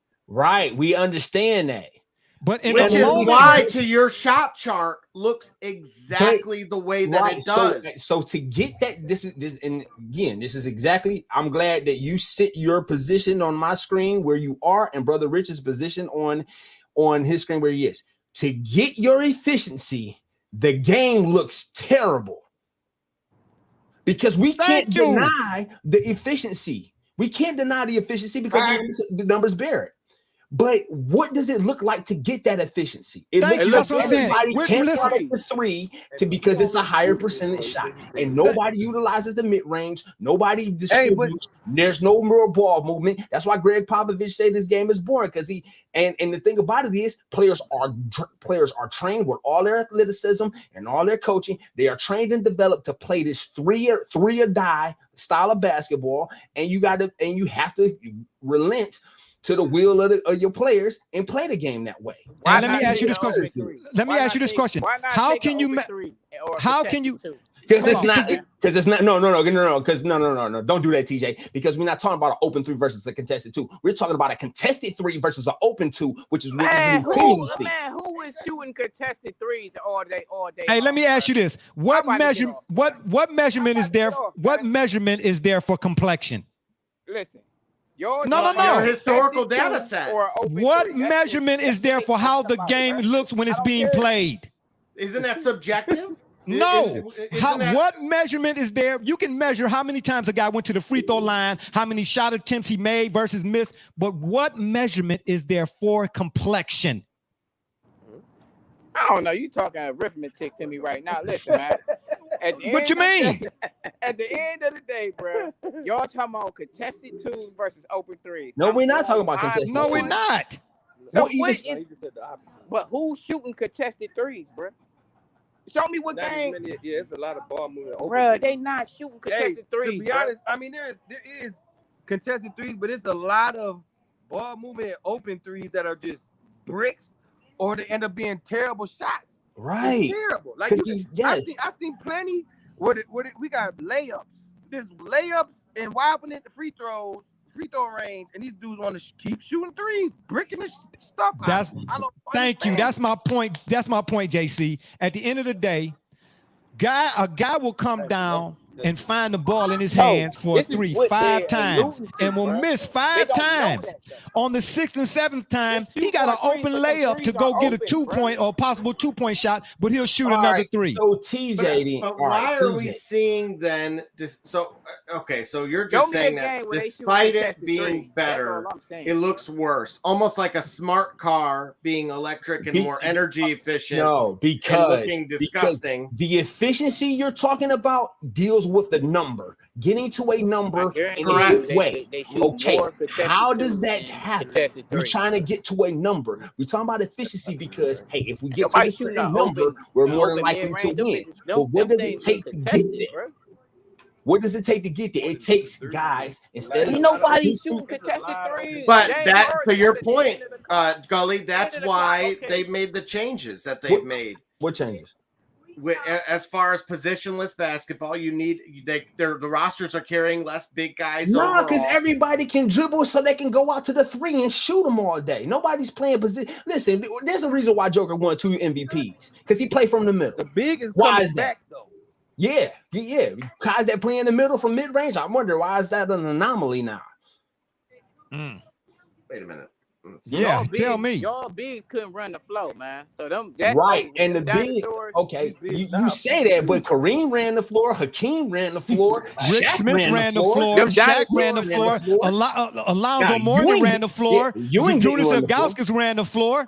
Man, come on, man. Oh, stop it, bro. Stop it. Hey, listen, let me say this to you. No flow. You saying what you saying what you man, Z walked up the floor, bro. We was waiting on him.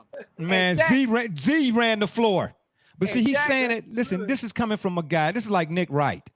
This is coming from a guy who didn't even know who Drazen Petrovic was. You get what I'm trying to tell you? This guy didn't know who Drazen Petrovic was. Now, wait a minute.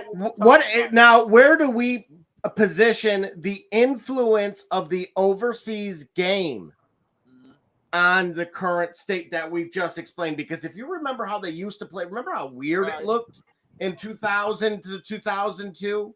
It looked real wild, real open. They had FIBA rules that were different than the NBA but they weren't rules. Shooting threes all day. Yes, they were. Oh, don't you start that. That's why the darn Pistons took Darko, because his behind was shooting with a blindfold on from 3-point range.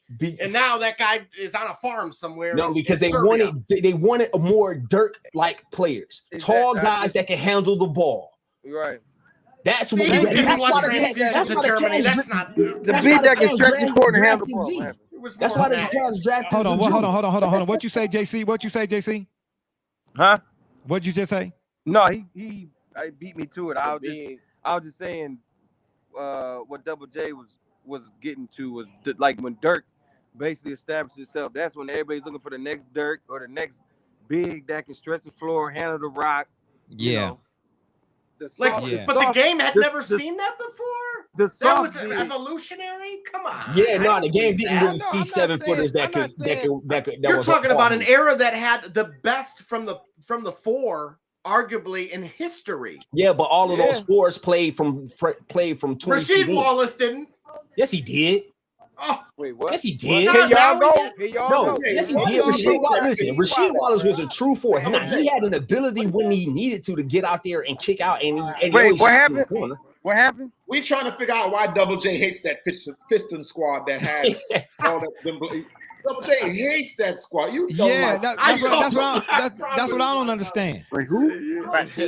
Wait, what about? I'm not going to get Rasheed. He's saying Rasheed. Double J made the claim that Rasheed was a 7-footer that shot the 3, and that's how he played the game.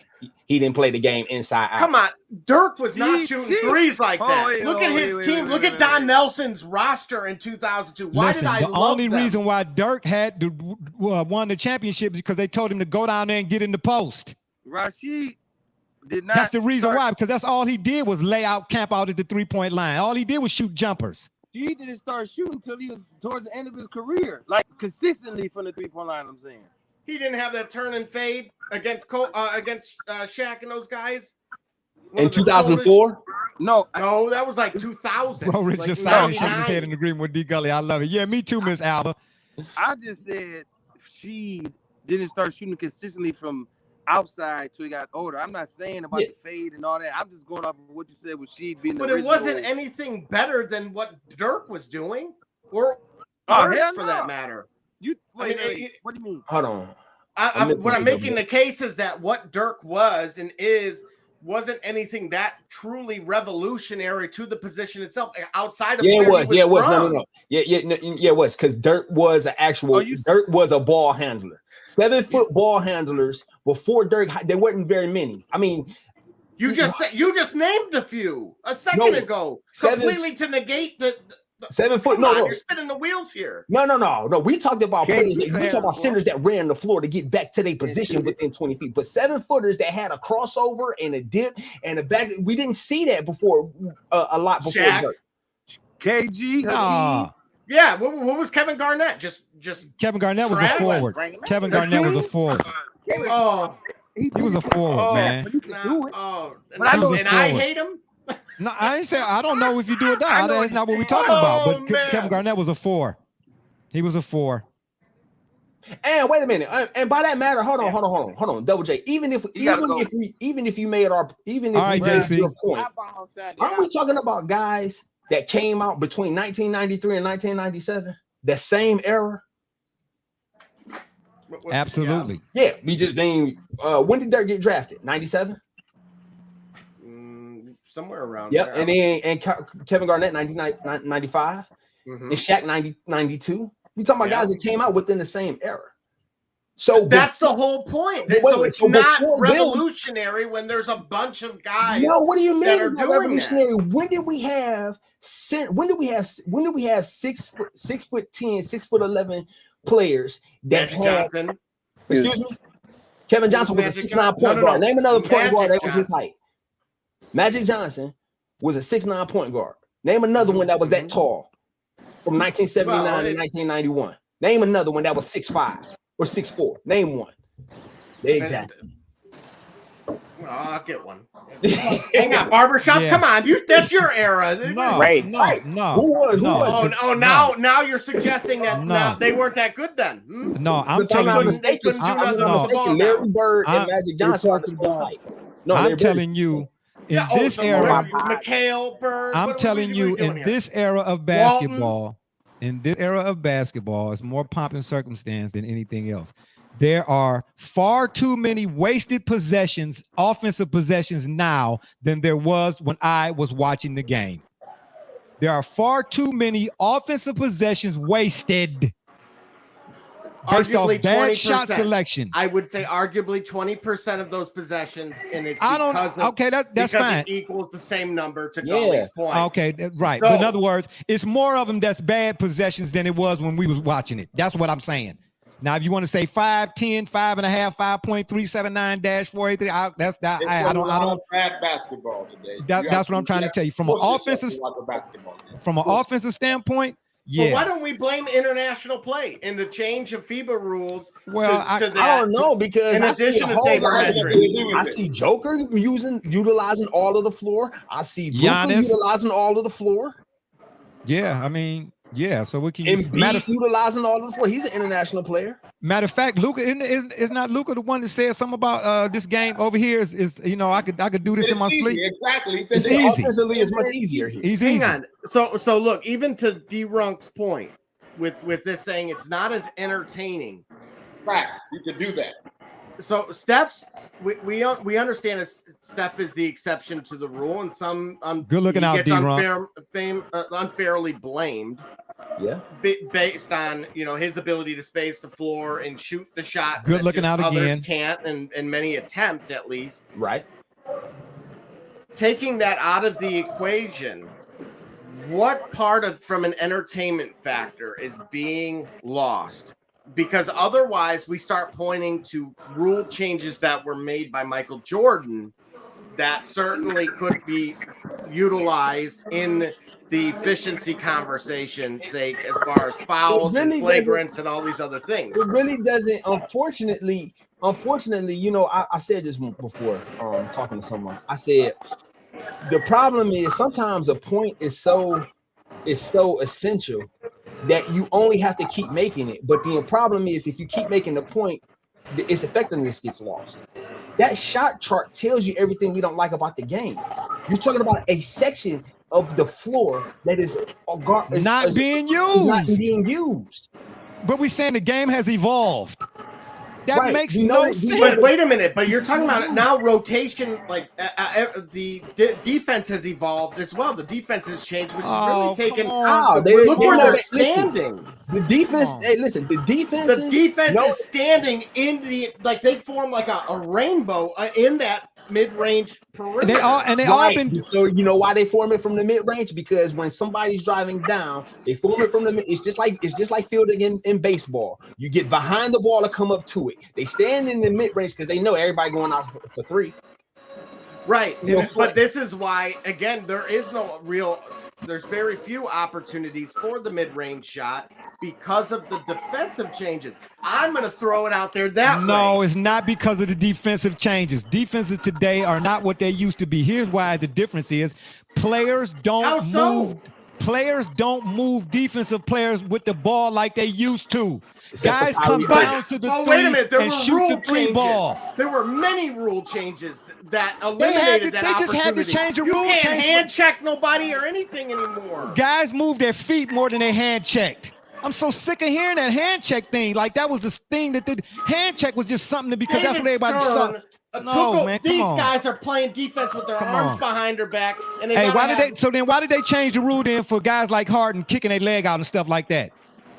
Well, because he was a cheater. Because they had to give something back to the defense because all of the rules were in favor of the offense now because everybody wants to see more scoring. Hey, the night that Kareem broke the scoring record, I think the game was against the Utah Jazz. Go look up what that score was. In that game, the Lakers took 2 threes. Thank you. And they still got the triple digits. These guys, the Cavs and the Warriors in game 4, 5, 6, or 7, pick one, had a combined 95 three-pointer shot. Hey man, somebody got a radio on in the back. What now? Yeah, it might be TJ. Sounds like Beverly Hills Cop 3 in we got to get him out of here. During the Suns run to the finals, Chris Paul was getting his mid-range off whenever he wanted to. Yeah, but that's what we're saying, D-Runk. It was a rarity. It was a rarity. Okay, look, let's go through some of the rest of these Hall of Shames because we still got to get to our NFL talk. Yeah, this is what was the original question? Has the game evolved versus progressed or devolved? No, that was the original question. Yeah, it was. The University of Sports debate one. The university. It's the Hall of Shame. LeBron lost the 2011 finals on purpose. These are actual takes. No, sir. We got to move on. That's that ridiculous. Why would okay. Now, if they would have said Chris Paul, there may have been some. Might have been a conversation. No, I don't think we would do that. What? Yeah, these are actual takes from the University of Sports debate, the Facebook group. Yeah, what was the first one? What was the first one? The first one. This is the Hall of Shame takes, outlandish takes. The first one was Reggie Jackson is as dominant as Shaq.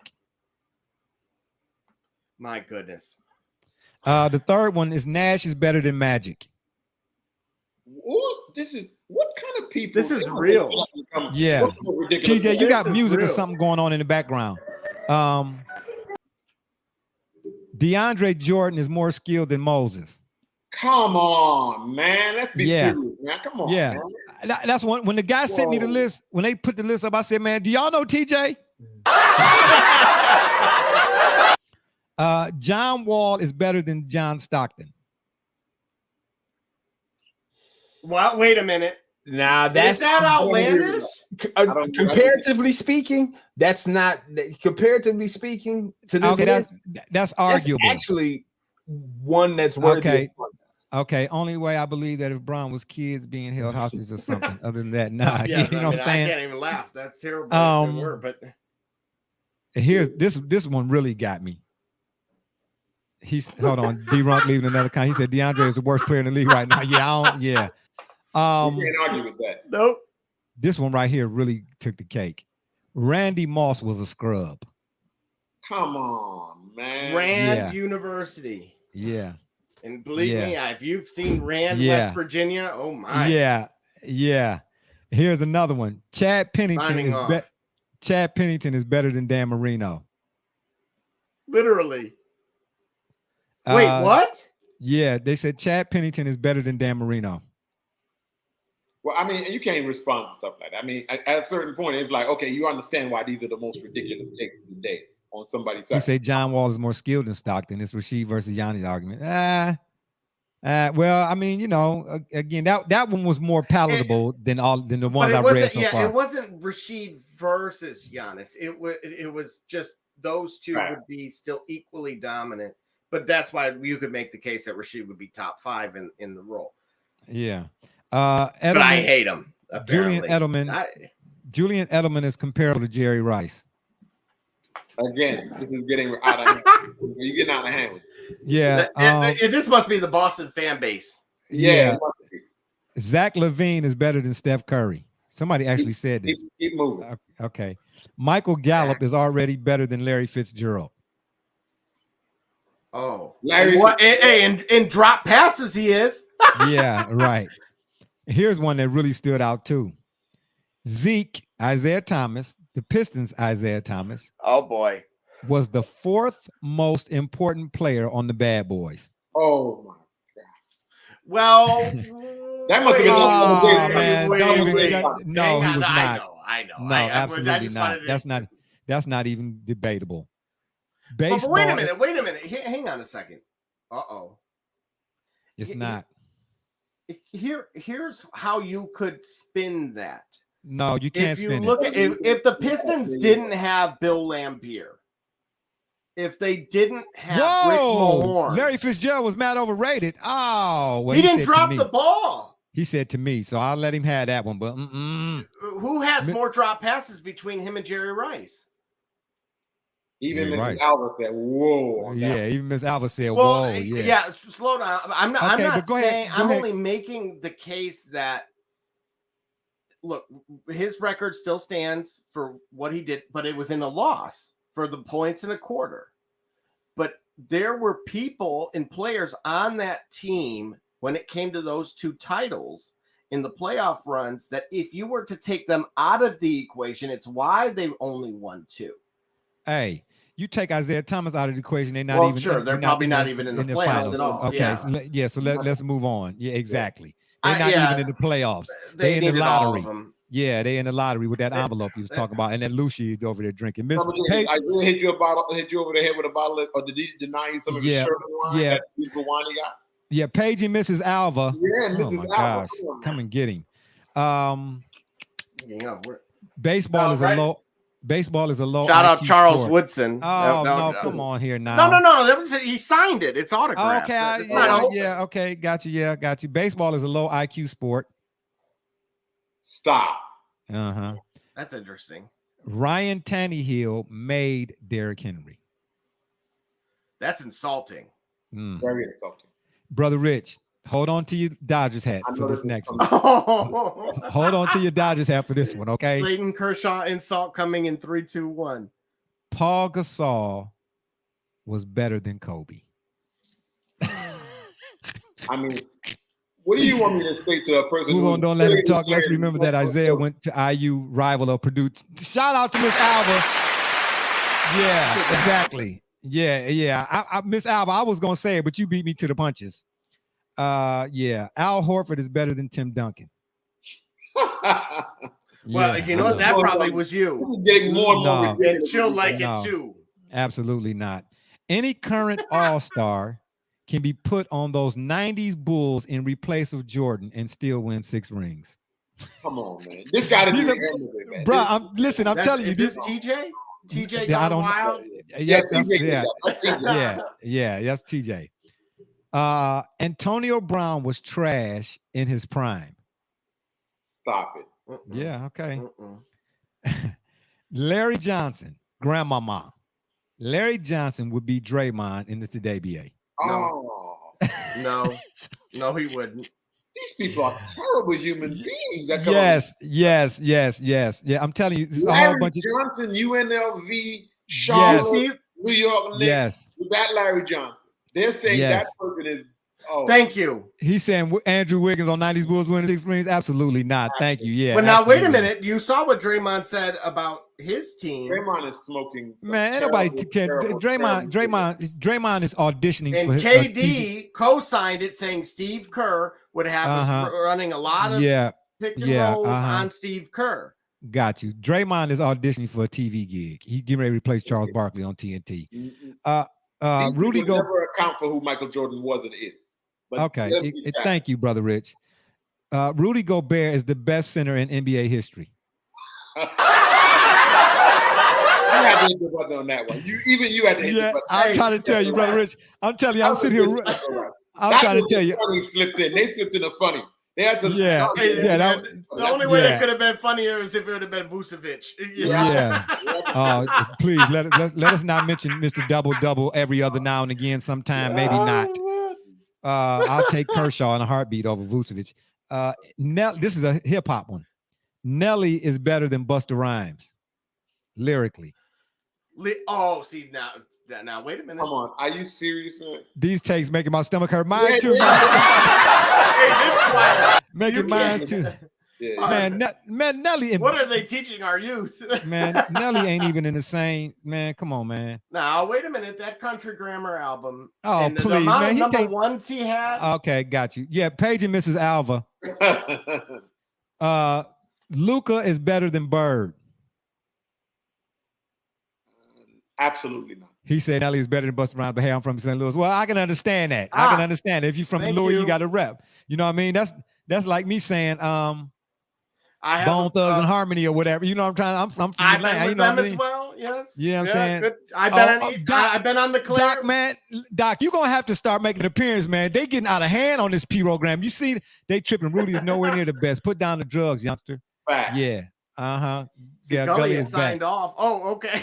Yeah, Gully's back. Yeah. Doc weighing in again. He said, yeah, I'll take Luke over Bird anyway. Doc, that's it. It's time for your break. It's time for your break. Because, see, Larry Bird never took any nights off. Luka takes nights off. He'll take games off. Yeah. You can never compare those two. Skill-wise, Luka's a bad boy. He's the baddest I've seen since then. Nelly had a bigger impact than Busta Rhymes. I don't know. Yes, he did. Your tail feather. Yes, he did. But he made nonsense. When you're talking about lyrical ability and content, he doesn't compare. But he's a much more popular kiddie rapper. He came up with kiddie rap, appealing to the kiddie brain and the kiddie mind, the party set. He made music for them, and so that's what he did. But you can't compare him as a rapper to what Busta Rhymes as a. This is what we were talking about earlier in skill. Yeah, you can't compare eras and him being able, him coming along in the time. Okay, really good party. Wait a minute, he did. Let's go lyrically. Busy Bone versus Busta Rhymes. I'm taking Busta. I'm taking Busta Rhymes because Busta Rhymes is the East. I don't think. Have you heard him spit? Really? Hey, listen. When he came out on the track, was that? Gully, what album was that? Look at me now. The Low End Theory. The Low End Theory. When he was on the Low End Theory, that album is that whole album is. He got stuff out right now. His last album was. Oh my goodness. ELE 2. Yes. I still listen to that. Busta Rhymes is serious. He's serious. Nelly got no lines to make you say, damn, but he still had better music. Exactly. Like that. Well, he made more number ones, better songs. Yeah, I know. I'm with you on that. Yeah, better songs. But like, if you listen to a Busta Rhymes album, you're gonna get if you want something of some lyrical substance and still be entertaining, Busta Rhymes can more consistently do that than Nelly. Oh, it's no question. Yeah, no question. By the way, I'll take Let's not forget that he also crossed genres by going with Tim McGraw, I believe. Yeah, wasn't it Tim McGraw. Yeah, that Nelly has, and he has mass appeal if that's what you want to call it. And a little bit this year, I think, was with Florida Georgia Line as well. So he's tapping. That's fine, but I tell you what, if I'm rolling in my ride, and this ain't no old school thing. If I'm rolling in my ride, no disrespect to St. Louis, I got mad people up in the Louis. Let me shout out to Louis.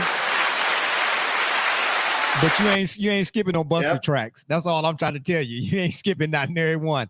If you would find me in St. Louis, exchange Luka for Bird on them Celtics team, they still do what they do. Ballpark Village, good time. The Hyatt over there is where I stay.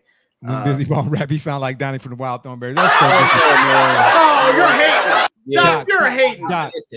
Listen. Hot take. Right here, hot take. Gully changed his name to Mid-Range Legend. I saw that. Yeah, that was slick. Hot take here. Busy Bone had the best verse on Notorious Thugs and Thug Love. Hot take. All right, that's fair. Yeah, I'll give you that. And that's my point here is that give this man some credit, not only through the trauma. Double J, stop doing that. Who is not giving Busy Bone credit? No other group has ever. You said give this man some credit. Who is not giving? Goats do exist, at least in hip hop. Oh, please. Only one. Who is not giving Busy Bone credit? Who is not giving him credit? This cast here. No, I certainly did. At the very least, the comment section. Who is not giving him cred? There's credit. Oh, you talking to Doc? Because nobody here on this panel right now. I knew it. See, here it comes. What did he say? I don't know. I like Biggie better on Notorious stuff. He's out of his mind. Busy's. All right, Doc. I was trying to take up for you. It's time for your break. This next one, Barry Sanders was only great because he ran backwards. Man, what? Terrible. Yeah, these are real takes from the University of Sports Debate Facebook sports group I'm in. Somebody could say that maybe about Bo Jackson and Tecmo Bowl. I guess. I'm losing brain cells here listening to these tapes. Well, that was the end of the list. We getting ready to move on to our football. I'm glad I took a break because I didn't want to. I'm glad. Yeah, our NFC West preview. Yeah, it was terrible, but I had to read them because I told the guys I would, so I did, and there it is.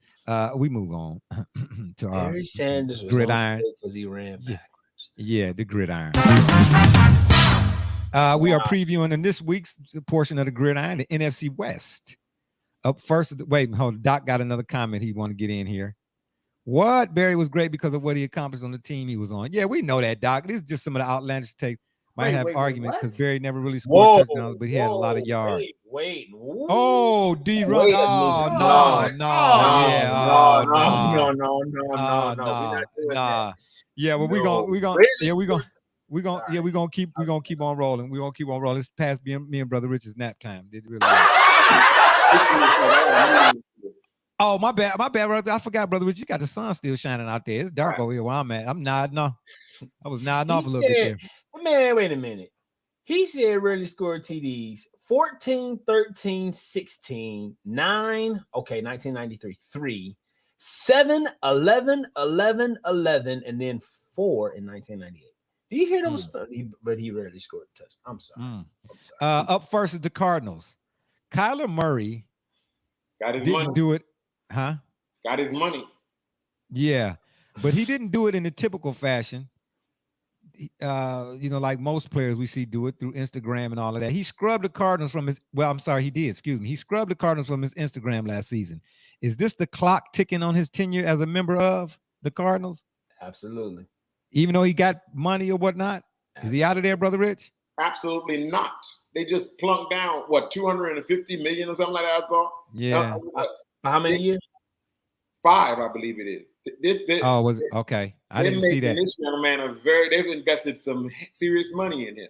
And so what portion of that contract is or is not guaranteed, we know that they've invested some portion of it that they're going to have to pay regardless to what happens. So I don't know. I think that, remember now, on this program, Double J is the one who has constantly pushed Kyler Murray as an evolutionary type, to use his word, quarterback and player on the football field. And we know that when he's healthy, he does phenomenal things. So they've invested in him, even if it's for his ability to attract an audience, to continue to build their fan base. But whether or not he's able to lead them to a Super Bowl, I don't know if we agree on that. That's a good point. He's definitely somebody that's a gate attraction that people will talk about, and people will talk about on programs, and people will want to come and watch him play. He makes their team something to watch. Yeah, that's all good stuff, Brother Rich. Yeah, I'm with you on that all day, every day. He a gate attraction, but can he get you to there?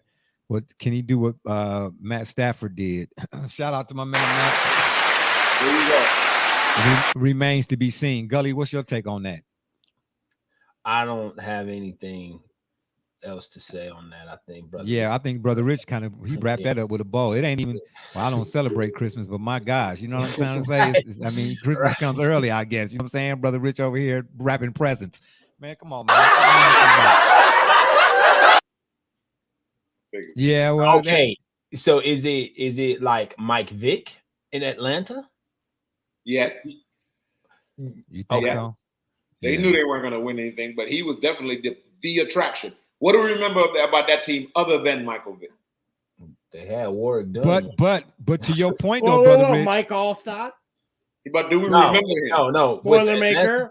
Yeah. But do we remember? Do people Oh talk? my about gosh! Was with the Falcons? No, Mike Alstott was not with the Falcons. You can't even remember him because he was on the wrong See what I'm team. saying? Listen, Double J will not pass up an opportunity to sip Lucia and mention Purdue. Yeah, mention Purdue. We were talking about tennis one time. He was like, no, Betsy Ross. She was the first Grand Nationalist at the. And we were like, what? We talking about Serena and Venus and Tiger Woods here? Okay, got you. Amelia Earhart. It was Amelia Earhart. Yeah, the spirit of St. Louis. Rest well. Those jerseys fire, by the way. Yeah. So her jersey. Oh boy, cut me in and cut it out. Double J, are you in agreement with the panel about Kyler Murray? In under what context? He was paid what he deserves, and it took a ridiculous amount of manipulation, and it was purely just ridiculous how they've treated him up to this point. I wouldn't play it down for that franchise. Yeah, I'm with you on that too, Doc. To a certain degree, the Browns used to be guilty of that.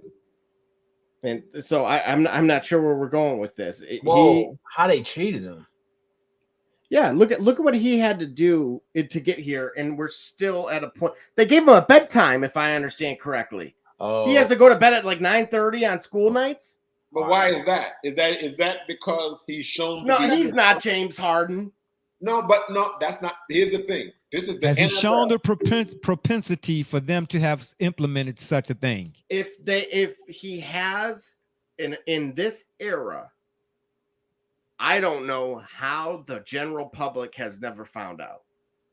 It doesn't mean. Am I right? Like someone would have put partying with, who let their son in the club. Oh, it's Kyler Murray. We forgot it. You leaving something out, but that D-Runk, he supplied us with here. If they got to beg Kyler Murray to watch film, he not going to a bowl. Well. That's what we're talking about. We're talking about his work ethic. They want him to work on his ability, his work ethic, in terms of his own commitment to becoming better at his position.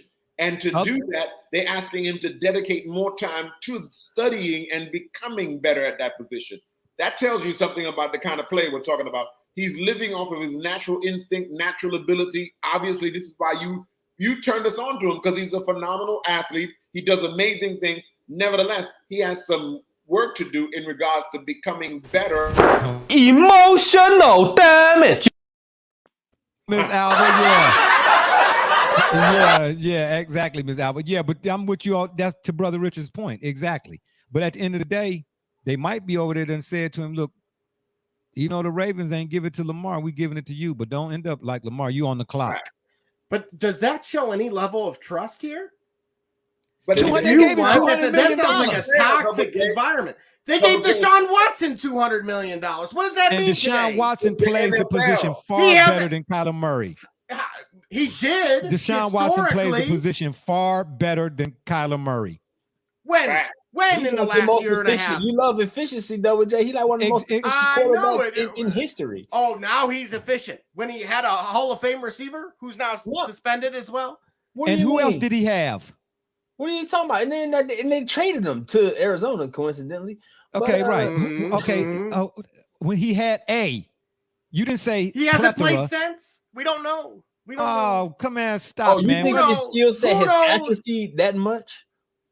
Well, look, it ain't atrophied at all. In Oklahoma, right? I mean, hey man, I'm taking Deshaun. I'm taking Deshaun, and this ain't no knock against Kyler Murray, but I'm taking Deshaun Watson at Clemson, who beat Ohio State single-handedly over Kyler Murray, who beat Baylor or whoever else was in the Big 12. No team in the Big 12, no disrespect to Kyler Murray, is a litmus test like is Ohio State and anybody else Deshaun Watson beat when he was at Clemson at all. Come on now. What are we doing here? I'd rather pay Kyler Murray than Lamar, but that's just me. Yeah, nobody questioning his money. What they saying is we gave you the money. Right. Not gonna lie, late game Kyler Murray is something magical. Yeah. Okay, so now what happened to their postseason then? I mean, because you get what you're saying. Like, well, that's what happens when you have James Conner. So you blaming James Conner? Okay, hold on, wait a minute. But Kyler Murray got the money. And DeAndre Hopkins, no, was he injured? Was he injured? Was he injured? Mm-hmm. Yeah, he was gone. Okay, Larry Fitzgerald's retired. Okay, so we're not going to talk about what Okay, so then it's round pick. So it's the players around you then. Okay, yeah, got you. Anyway, that's what he was a rookie. He only had a rookie that was anything good. Rondale Moore needed more time. They gave him $230-some million. They expect more than just filling up the seats. I think they expect in the Super Bowl for $230 million or whatever they gave him. You don't give a guy just to fill up the seats. Now, to Doc's point, some teams do that. They'll mind fill up, but when you give a guy $200-something million, you're expecting a Super Bowl. Nothing less. So then wait a minute. That's why the Ravens ain't gave it to Lamar Jackson. But even though he got an MVP and all that old type of stuff. Deshaun Watson. Because they feel like he can make it, he can win a Super Bowl. They feel like he can win a Super Bowl. They feel like the team can win a Super Bowl with Deshaun Watson. Exactly. And that's what it would take. You, hold it, Gully. Hold it. Are you sorry to see that? You know, TJ ain't here. My body, my body, my body, my body. Oh, wow. I know for a fact that you're not sitting up here trying to discredit Deshaun Watson when that's all you and Brother Rich been talking to me about for the last 2 years. No. I just like that. Do you think that Deshaun Watson can win a Super Bowl with the Browns? Absolute fact. Do you think Deshaun Watson can win a Super Bowl with the Browns? Absolutely. I know you, Brother Rich. I'm talking to this guy up here. I'm talking about Mr. Move. I got to move the goalpost because TJ ain't here. I think the Watson that we've seen in Houston a couple of years ago could. Why do you think he's gone? Hold on, Double J. Why do you think he's gone? Why do you think?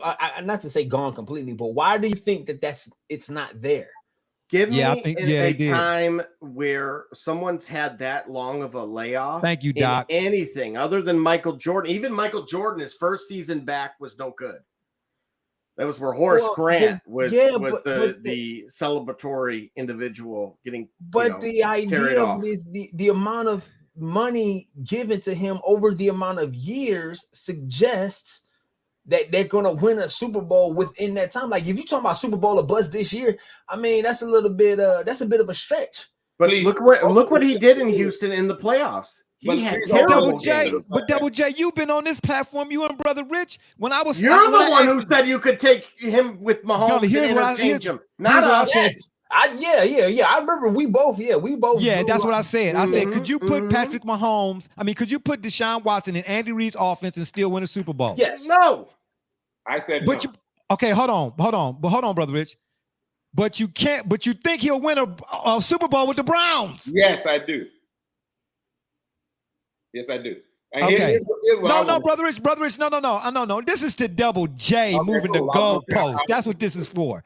He thinks you can put Deshaun Watson in the Browns offense as it is and win a Super Bowl, but you couldn't put Deshaun Watson in Andy Reid's offense with the cheetah and everything else they had and not win a Super Bowl. Oh, wow. I believe he can win a Super Bowl. You know, when he had all of those, yes, absolutely could win a Super Bowl without a doubt. With that crew, yes, he could have won a Super Bowl. Listen, if you think does anybody here think Deshaun Watson is a Super Bowl caliber quarterback? Yes, I do. Okay. Do we think Kyler Murray is a Super Bowl caliber quarterback? I'm not sure about that. Exactly. From what I've seen, I see a lot of similarities late in the season or in historical playoffs that concern me. Who? But I would for both, meaning both Kyler Murray and Deshaun Watson. Yeah, he better. I believe yes. I think. But if you were to ask me who is actually the better quarterback of the two, I would still go Watson historically. Of the last Watson that I've seen. But again, what my ultimate concern is one that have all the naysayers have been highlighting and riding with, hoping, clinging to, really, which is that he is in the Rust Belt. Yes. But here's the thing, Double J. People have to consider this. In that this is the cold weather. He hasn't been in that. Yes, but he's also all those same notions. He's also playing in the most protected, probably safest position on football field. So with his athletic ability, the anticipation is It won't take him that long to get back into football shape. Remember, he's been working out. He took his crew a long time. There's been footage of him. He took his crew and they started working out early. He's working to get back into football shape. So the question becomes how soon he gets back into that shape. And are we saying that individual with that skill set is not able to take that team forward? No, I think we're saying he's absolutely capable of winning. Hey, and here's the thing. Oh, wait a minute. Then this is where I'm going to disagree. No, he had a Hall of Fame receiver. I'm talking about last year's team, the one that had Beckham and Landry. And, and of course, the rest of the supporting cast, you plug the Houston Watson in with that offense. Yes, I wholeheartedly believe they could have and arguably. Okay, they might not have Beckham or Landry, but they still got Chubb. They still got Hunt. They got Donovan. Look, I love David Bell. And this injury thing that I was going there TJ next. Brought up, I do believe he will be Landry-esque or better. Mm-hmm. And then Amari Cooper. Mike Vick got out of. But Amari Cooper to me playoffs. is not. I'm sorry, I was not a fan of him. They gave Kyler Murray $200-something million. They gave Deshaun Watson $200-something million. They expect both of them guys to win Super Bowls. Right. You don't get that kind of money, and all you doing is all we want you to do is fill up seats. Absolutely not. Oh, not don't compare Mike Vick. Look, I've been in that. Hey, and let me say this too. Virginia in circle. Deshaun Watson's defense. He was how many times have we discussed since we've been doing this that in the NFL, especially, even though the game has changed, I think it's a little bit softer. Obviously, you can't do the Deacon Jones head slap on nobody no more, or what Turkey Jones did to Terry Bradshaw. You can't dump nobody on the top of their dome without getting penalized for 100 yards for it. But it saves wear and tear on his body. What saves? So how can he not be? He's hit in 5 degrees. You tell us. You won't even go to the game. I get you the ticket and everything. Listen, because I'm not I'm not. First of all, I'm not. Yeah, exactly. You're darn right. I had 2 major knee surgeries. Exactly. You're not gonna get me to sit in a seat in a cold. I was gonna wheel you, and as hard as that is, you know those elevations down there. Let me give you the funny bit. Yeah, because that wasn't about to happen either. Yeah. Oh, my bad. We forgot about Amari Cooper. Oh, yeah, there you go. I didn't. Yeah. I'm not sold on that guy. He drops a lot of passes. Yeah. And for a rusty quarterback, come on, man, stop look at what he did to Dak on the way out. Stop it. Right? He's not a good teammate. No, that's not who I want in my circle. I don't. You want, listen, here's the thing about. He's going to poison our youth. He's going to poison the well of that receiving core. Yeah, and here's the thing about the wow. Okay, he getting in. I see he getting in on the shenanigans too, huh? Here's the thing about the Browns offense, from what I'm hearing, that will be different this year. Let's say Deshaun Watson does start the season off, or maybe misses a few games, or whatever the case may be. Stefanski will adapt to the environment here when it gets to that point in the season. They will be more run-oriented, if that be the case, and when it gets cold, as opposed to Red Right 88. Just like the team that ran it a bunch of times. So they're not going to ask Deshaun Watson. And then abandoned the run completely. Kevin that same group. Kevin Stefanski understands all too well that we're not in Texas anymore. Houston, we don't have a problem here. When it gets cold, we're not going to ask Deshaun Watson to throw the ball 45 times a game. Barbershop Jay. What do you think Chubb and Hunt is there for? I can't believe this role reversal. What do you think? Listen, Brother Rich, when it comes to the Browns, what have I always said? The Browns have had in the Browns' most successful years after Jim Brown, they've always have what? 2 backs in the backfield. Mike Pruitt, Greg Pruitt, Biner, and Mack. I'm not saying Bernie Kosar is nowhere near the level of a Deshaun Watson. But when the Browns have had their success, when they got to the colder months, they did not let Bernie throw the ball as much as they did when it was nice outside. They understand what they're doing, man. You don't have Chubb and Hunt, and you still going to tell Deshaun Watson to throw the ball 45 times, even though he's capable of. But you're not going to ask him to do that when you got a Chubb and Hunt, and you're going to run the ball, pound the ball, because teams don't like to come here in the winter. Man, come on, man. Gully, would you tell him?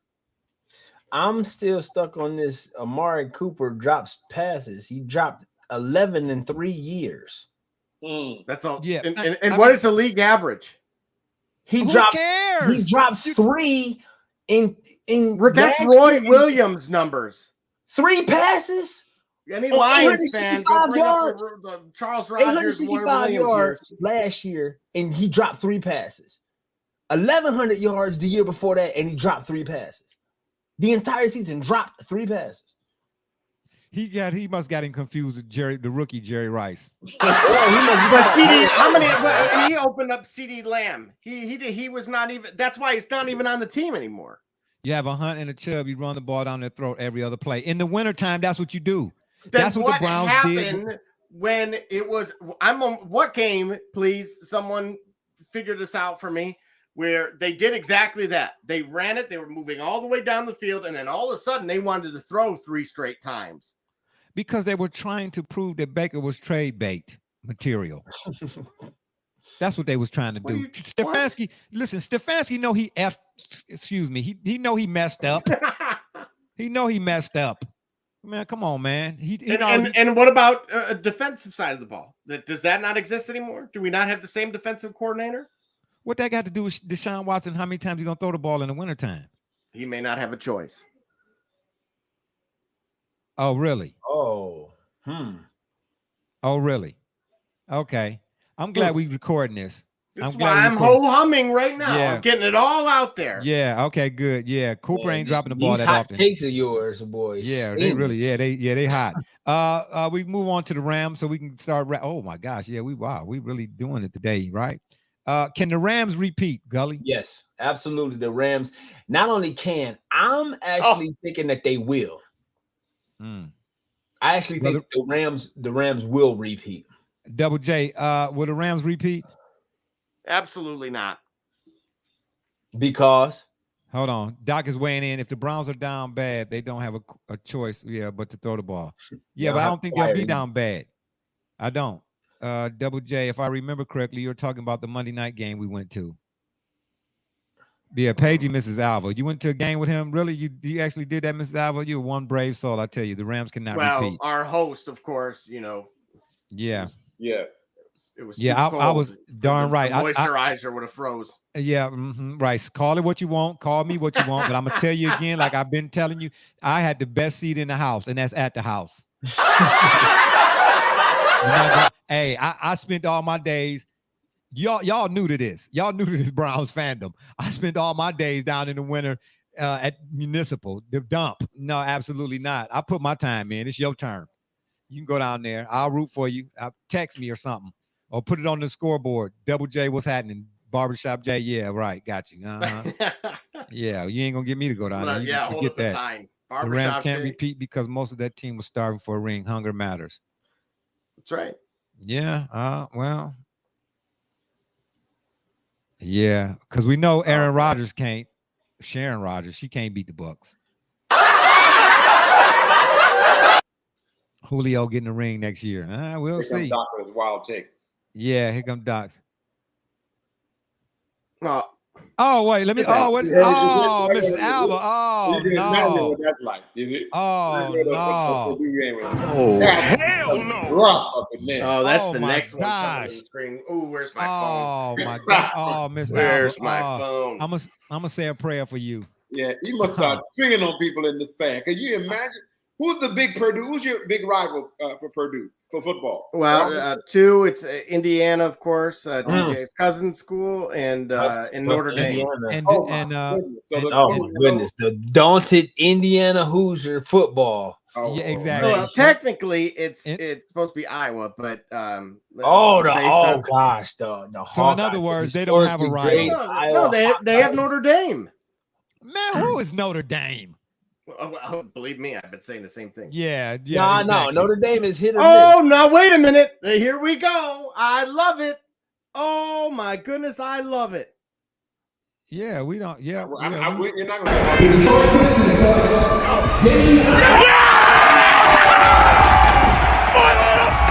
Poison Ivy, baby. That's it. Championship. That's right. D-Runk, we're gonna have to cancel you from the show, man. You right up this dude's alley right now. Don't. Miss Alva said it's not even him, it's the stupid mascot. Yeah, It's the stupid mascot. Yeah, correction. It's him plus the mascot. Yeah, she pulling out all the cards. Yeah, she got him. Yeah, Purdue don't have a rival. D-Runk. Yeah, I'm with you on that again. Purdue's rival is Deshaun Watson, and I'm taking Deshaun Watson in a landslide all day, every day, and I'll give you one more for it. Absolutely, yeah. I'm trying to tell you. All right, and then who did I come to you, Double J? Can the Rams repeat? Oh yeah. No, they cannot. Brother Rich, no, can the Rams repeat? You don't think so? Why? I'm trying to figure out why. Because they play in the NFL. Repeating is very, very hard. You have to be a very special team. That team coalesced at the right time around the right circumstances. With, as was mentioned earlier by one of the guests, one of the commentaries, they had a hunger and a passion that we're wondering, will that be present again this year? And so it's the NFL, not for long. Doubted very. So how did the Chiefs get back to a Super Bowl? Because they had somebody named Patrick Mahomes. If you can show me a Patrick Mahomes on this team that's on the offensive side of the ball, not Aaron Donald, but if you can show me one on the offensive side, then we can have that conversation. I don't think you can. That's a good point, though. And I'm yeah, it was. I'm a Matt Stafford fan, but I won't dare go cross that line. You won't hear me doing that. Not putting him in Patty Mahomes category. They did tiers, the quarterback tiers too. I didn't get to see them, but I'll tell you who was in tier 1. And this was on Cleveland Browns Daily. They went over the tiers. You know who's in tier 1, don't you? Deshaun Watson. Deshaun Watson? Deshaun Watson. Absolutely. Yeah. Hold on. What is he saying here? The only reason the Rams was because they played the Bengals, who 2 best players was basically rookies. Nah, because the Bengals beat the Chiefs. Yeah. And I think that Rams team possibly could have beat that Chiefs team. I understand Patrick Mahomes notwithstanding. Because guess what? Aaron Donald made a play when a play had to be made. Yeah.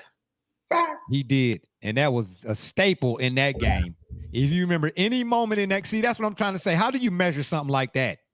What metric do you use to measure what he did in that moment? You know what I'm trying to say? Like back in the day, what they call them the Hogs, the Washington Commanders is what they called now, but back then they called them something else. Well, I won't mention it here. There was a play where, that offensive line was famous. Joe Jacoby, Russ Grimm, Lachey from Ohio State, and it was I can't think of the 2 other guys. But they had called a timeout or whatever it was in the NFC Championship game against Brother Rich and Double J's favorite squad, the Dallas Cowboys. And we all know Randy White was the monster on the other side. Him and Jeff Cole, I think it was Jeff Cole. Or Too Tall Jones, I think it was. But anyway, they came to the sidelines and they was doing all of that analytic stuff, the same stuff the Chargers coach do. Joe Gibbs was like, well, if we 30% of the play, we say we run a 32 snap. Joe Jacoby and Russ Grimm was like, man, forget all of that. We running 52 gut. You know what I'm trying to say? Go back and look at it. They do a thing called memories, Super Bowl memories or whatever. They go over past Super Bowl champions. Right. They like 1 hour documentaries or whatever the case. And Joe Gibbs was like, no, Russ Grimm pushed him out the way and told Theismann, run 52 gut. And 52 gut was what's his name? Oh, what's the running back's name for them? Number 44. Oh my gosh. Oh, Riggins. Thank you. There it is. John Riggins. Gibbs and Theismann were trying to draw up some fantastic something. They was trying to get too cute. Russ Grimm was like, hey man, sit down. We running 52 gut and we're gonna keep running it until we gonna run because him and Russ Grimm and Randy White, they did not like each other at all. It went beyond a Washington-Dallas thing. That's a rivalry anyway. It was a personal thing. He was like, "No, man, we ain't about to get fancy." Know all about it.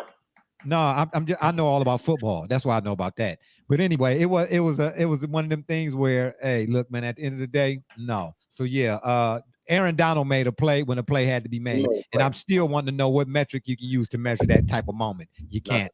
The Niners. Does Kyle Shanahan have a problem closing out games, Gully? No, I think the personnel.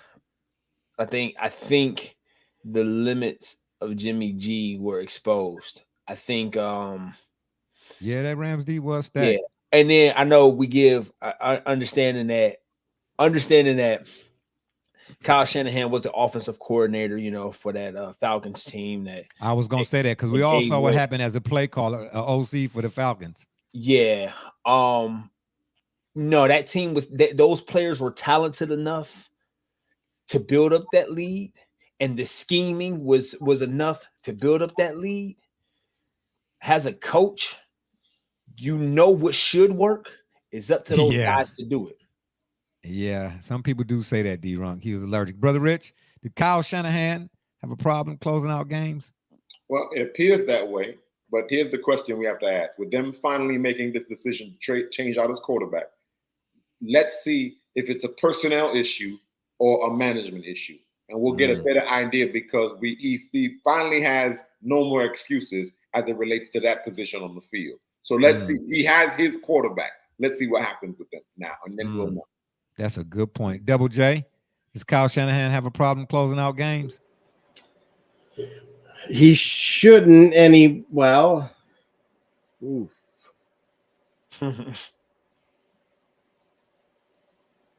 yes. Yes. Wow. Oh, wow. Everybody's in agreement on that one? Hold on, Doc weighing in. Let me see what Doc talking about. He can't close out games. They get complacent being up big, take their foot off the gas, and then the mistakes start to settle in. The next thing you know, they've blown the lead and or lost the game. Yeah, I'm with you on that, Doc. That's why Debo went out of there. The Seahawks, Drew Lock or Geno Smith? When I look at the two guys on the roster, I ask myself, are the Hawks in a rebuild? Very much so. Absolutely. You think so? Very much Absolutely. so. D-Runk said Kyle Shanahan. That's been going on for quite some time. It's just become, we've all accepted it now. That was going on after they made the terrible mistake in the last Super Bowl that they were. The team was They was downhill from there. Yeah, devolved. Yeah. That single play changed the entire franchise. Changed the whole franchise. Thank you. Just like a word, should or not, changes the connotation of an expression. And their expression was changed completely. Yeah, it was a bad move. Okay, and then wait a minute. Why was that the case? What? Why was what? Well, speaking of changes, something that changed the college football season. This is for Megan. We can't see it, Double J. Who'd y'all beat? That was against Michigan State. I knew you beat somebody. Okay. Yeah. So I don't know where she is, but that's okay, me. But we can't. It's real fuzzy, you know. And the whoever. It looks like whoever was doing the camera work was drinking Lucia. Not to mention, you said it was against Michigan State, but all we saw was Purdue players and Indiana players on the field. And they beat a Big Ten team that struggled to win big games. Thank you. They beat Michigan. They beat Michigan and missed playoffs. If the Seahawks want to make it back to Super Bowl, they have no choice but to rebuild. Yeah, it's rebuild them. D-Runk says, in no scenario do I want Geno Smith as my quarterback. You ain't lying. Miss Alva, yeah, I'm with you on that. It's funny how he shows us a video of Purdue beating Michigan State, but we didn't see nobody from Michigan State being beat. Seattle defense is what it used to be. Offensive shadow was for himself. Yeah, I'm with you on that all day, every day. What do you mean? Okay. How so? Whoa. Speaking of Michigan State, Kenneth Walker should be fantasy relevant with Chris Carson retiring. Bartender, Mrs. Alva, I'll have what Double J is having. And make okay, all right. And so make mine's a double. Finalist that I'm not necessarily suggesting. I'm just merely pointing out fact. Yeah, that's what we say too here. Yeah. With two not one, but 2 top 5 wins last year. Not too many top 5 teams could say that. So take that with your okay, BS. All right. August determines the college football playoff. We'll give you not that. What actually happens during the darn season. Double J ain't having it at all. Hey, listen. Yeah, how many other teams had top 5 wins with more than one? Yeah. And how often does that happen? But okay, yeah, since Joe Tiller. Hey, but anyway, and I like Joe Tiller, by the way. Yeah, I know. But this is coming from a Pistons fan who has Pistons tickets. I don't mean to put you all out there, but I'm just saying, but hates Rasheed Wallace. That's not true. Oh, hell no. You know what I'm saying? And with him currently unemployed and could be back in the area, I don't see how that works. You know what I mean? I'll go pay to watch him play, but I hate Rasheed Wallace. Yeah, help me understand that one.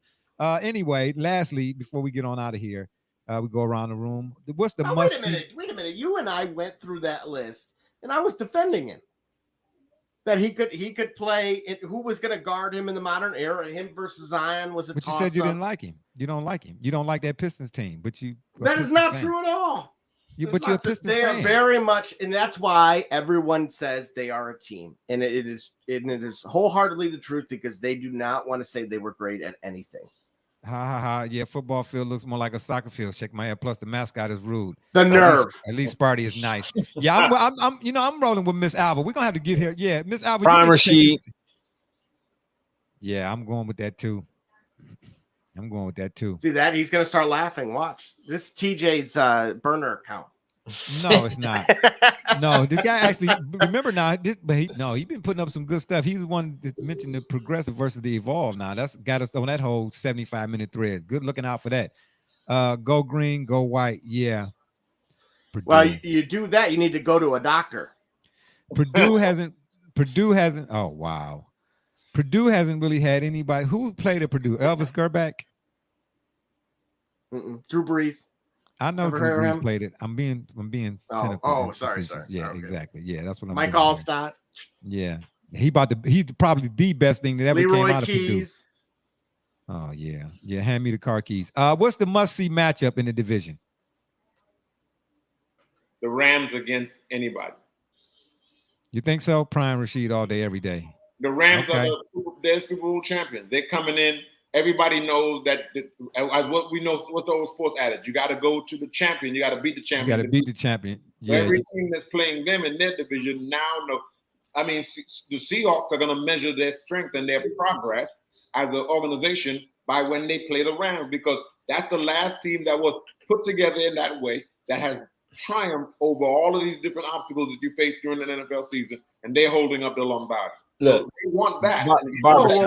Barbershop. Boilermakers is the worst nickname in college sports history. I'm sorry. Don't be sorry. What? Don't be sorry. Don't be sorry. Don't be sorry. It should be astronauts because we had 14 of them. Okay. Was Mae Jemison one? If not, I don't want to hear about nobody else. Rams versus Bucks. Okay. Oh, you saying must see matchup in the division? I'm right? I'm saying must see matchup in the division. Yeah, game of the year for me. Yeah, that's all right.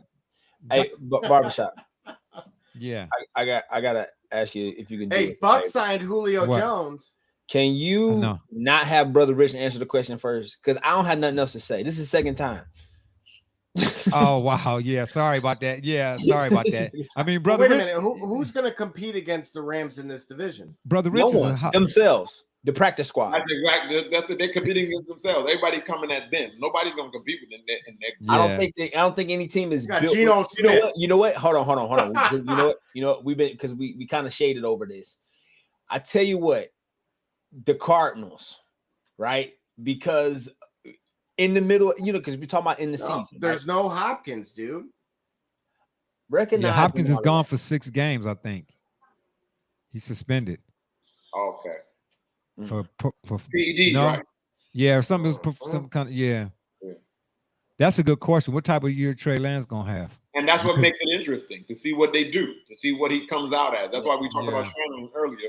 It's interesting to see what he does now, because he finally has a quarterback that he has no excuses. He's supposed to be a quarterback whisperer. So now we get it. Because remember now, this is why they're able to put it on Garoppolo and say, well, this is Jimmy G didn't do what he was supposed to do. So now they're saying they have a supposed good prospect, a good young quarterback. We're going to build around this guy. We're going to whisper in his ear, and now you'll see what we're doing.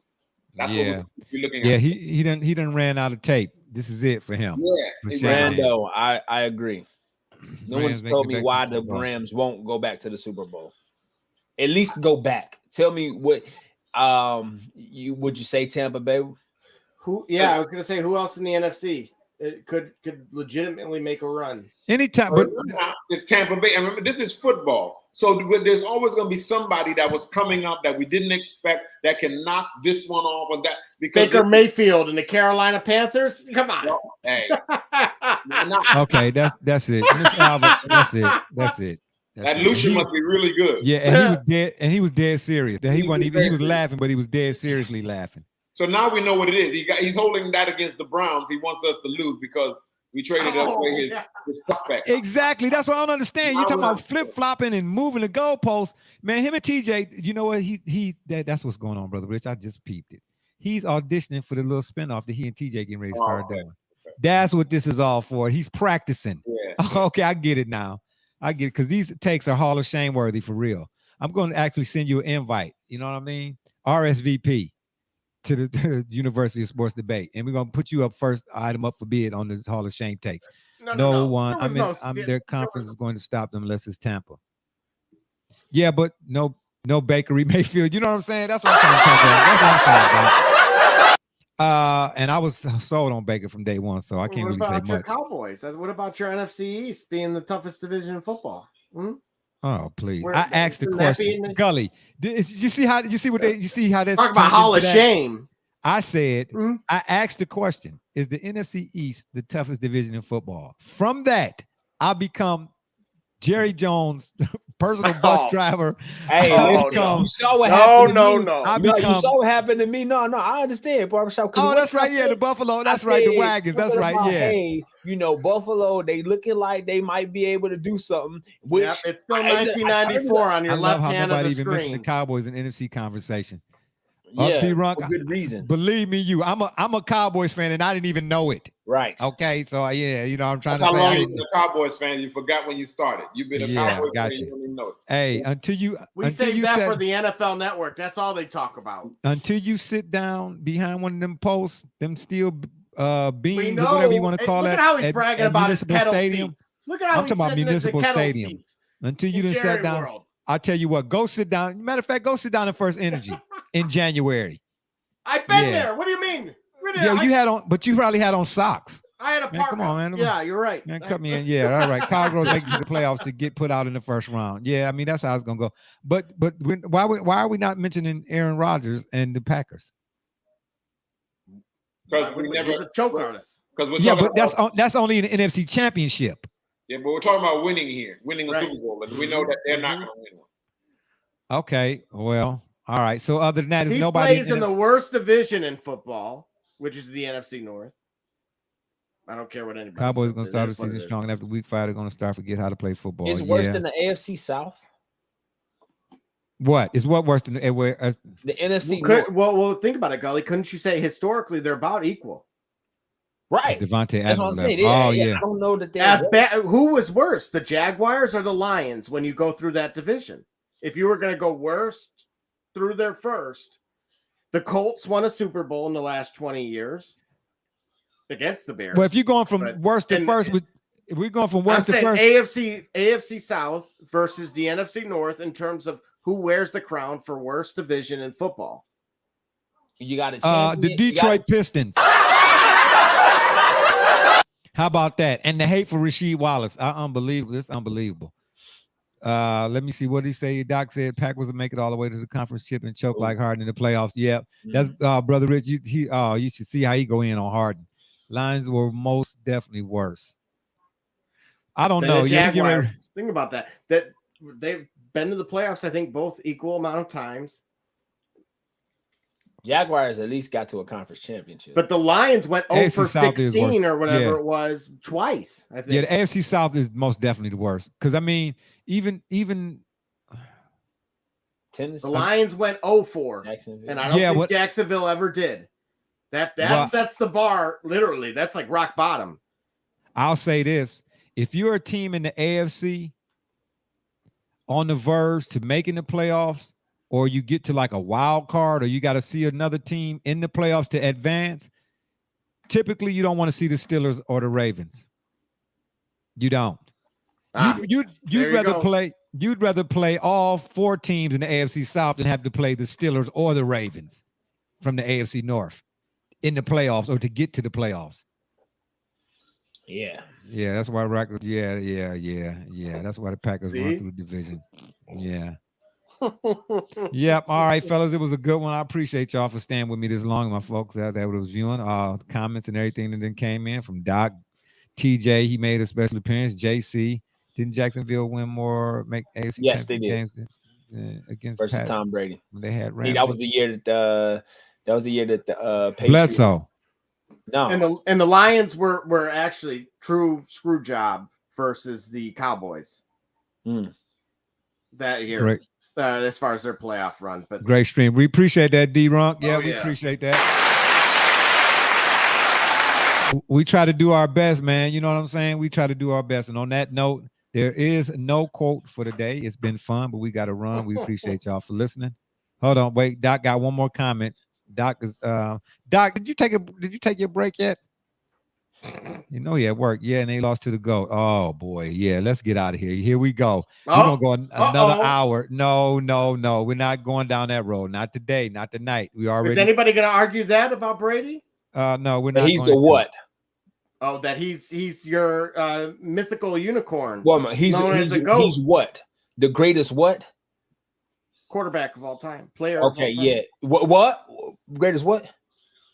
GOAT Brady. Look at no. Don't be political. Is he the greatest what of all time? Is he the most accomplished player in NFL history? Nah, absolutely not. No. See, that's why we can get out of here. That's why I said we're not going down this road. Football in particular. How can you? What? Listen, you cannot do it. Even though Jim Brown is beloved. Oh, how did I know you guys were gonna bring it somehow? Jim Brown. You don't even listen to what I'm going to say. You didn't even finish.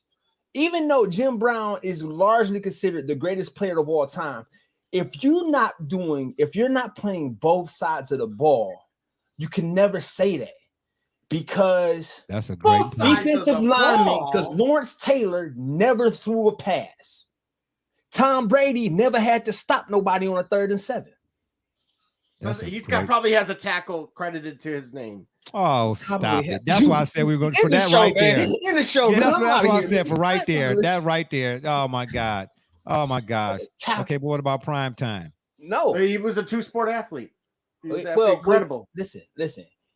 They put him in a couple of times as a wide receiver, but there's a reason why he played cornerback. Yeah. He wasn't that bad. No, and he was actually a very good passes. He was a good baseball player. He had a couple of baseball players. And I don't like that guy that he didn't like. I can't remember who he was on MLB Network. I think that's where he resides these days. So Deion Sanders is the closest we got to a GOAT based off Gully's. That's ridiculous. No, that's not ridiculous. How is that ridiculous? Well, I would say, you know what? I would say. Hold on, you're saying what's ridiculous? The Deion Sanders? Because he could be a mediocre wide receiver. Well, yeah. What position on defense did Tom Brady play? Thank you. He played receiver as well. You know what, man? Listen, whatever's in that drink. It's time to get out of here. Yeah. Now that it's time to get out of here. Yes, it's time. Did he or did he not line up as a receiver? I mean, he did. Okay. Does that make him as accomplished as Deion Sanders now? I asked you, Double J. That ain't what I said. What position on defense could Tom Brady play? For if you had a 3, if you need to hit the 3 downs, what position? Built like a father figure. Okay, so exactly. So he can't play corner. He ain't gonna be a Mike linebacker. Ain't gonna be a Sam linebacker. He darn sure ain't gonna be on the defensive line. Or you could probably put him in. Put him nose tackle. There you go. He'll get pushed off the ball, but that's listen. All right. Tom Brady is the reason why they changed the rules for hitting quarterbacks low. But you're gonna put him in at nose tackle? Yeah, we got to go. Anyway. So now, wait a minute. It's been fun, but we got to run. We appreciate y'all for listening. Don't forget to check us out Wednesday and Sunday now at 8 on the PM side, right here on the yard. Yeah, we're not going through that, Double J. Or on Facebook, Twitter, Instagram, the shop's fan page, and of course YouTube. You could put him in at nose tackle, but he's the reason why when you hit a quarterback low. These are all tuck rule guys. And make sure you hit that. Yeah, right. And make sure you hit that subscribe button. Sorry about that. Make sure you hit that subscribe button. We'd be much obliged. If that don't work, Google it. We got one last comment we're gonna read, then we out of here. JJ Watt to go. He got 3 offensive touchdowns. You see that? Look at what your criteria leads to. Yeah, but it don't lead to Brady. It don't lead to Brady playing nose tackle. You got to end the show, man, because we about to be over. I know. That's we getting out of here. We getting out of here. And there's the chicken wire again. While we're at it. Got you. I'm trying to hand him a Gatorade. For my man, for my man's B Rich, Double J, D Gully, the mid-range legend, TJ, Mr. Detroit Land, whoever he's speaking for this week, JC, and all those who follow and support us, and all the viewers out there that weighed in and stayed with us this long. I'm Barbershop Jay. Excuse me, and for all those who follow and support us, we say thank you. Excuse me. I'm Barbershop Jay, and Miss Megan Alva too. You know what I'm saying? Don't let him come on the show next week with nothing to drink at all. Nothing. Nothing. Not lighter fluid, not water, nothing. No propane, none of that. I don't care what it is, none of that. Yeah, you've been listening. I'm Barbershop Jay, and you've been listening to the Shop Report. And remember, the next time y'all want to know what's really going on, man, come to the shop. Walk-ins are always welcome. Holla. Good one, fellas.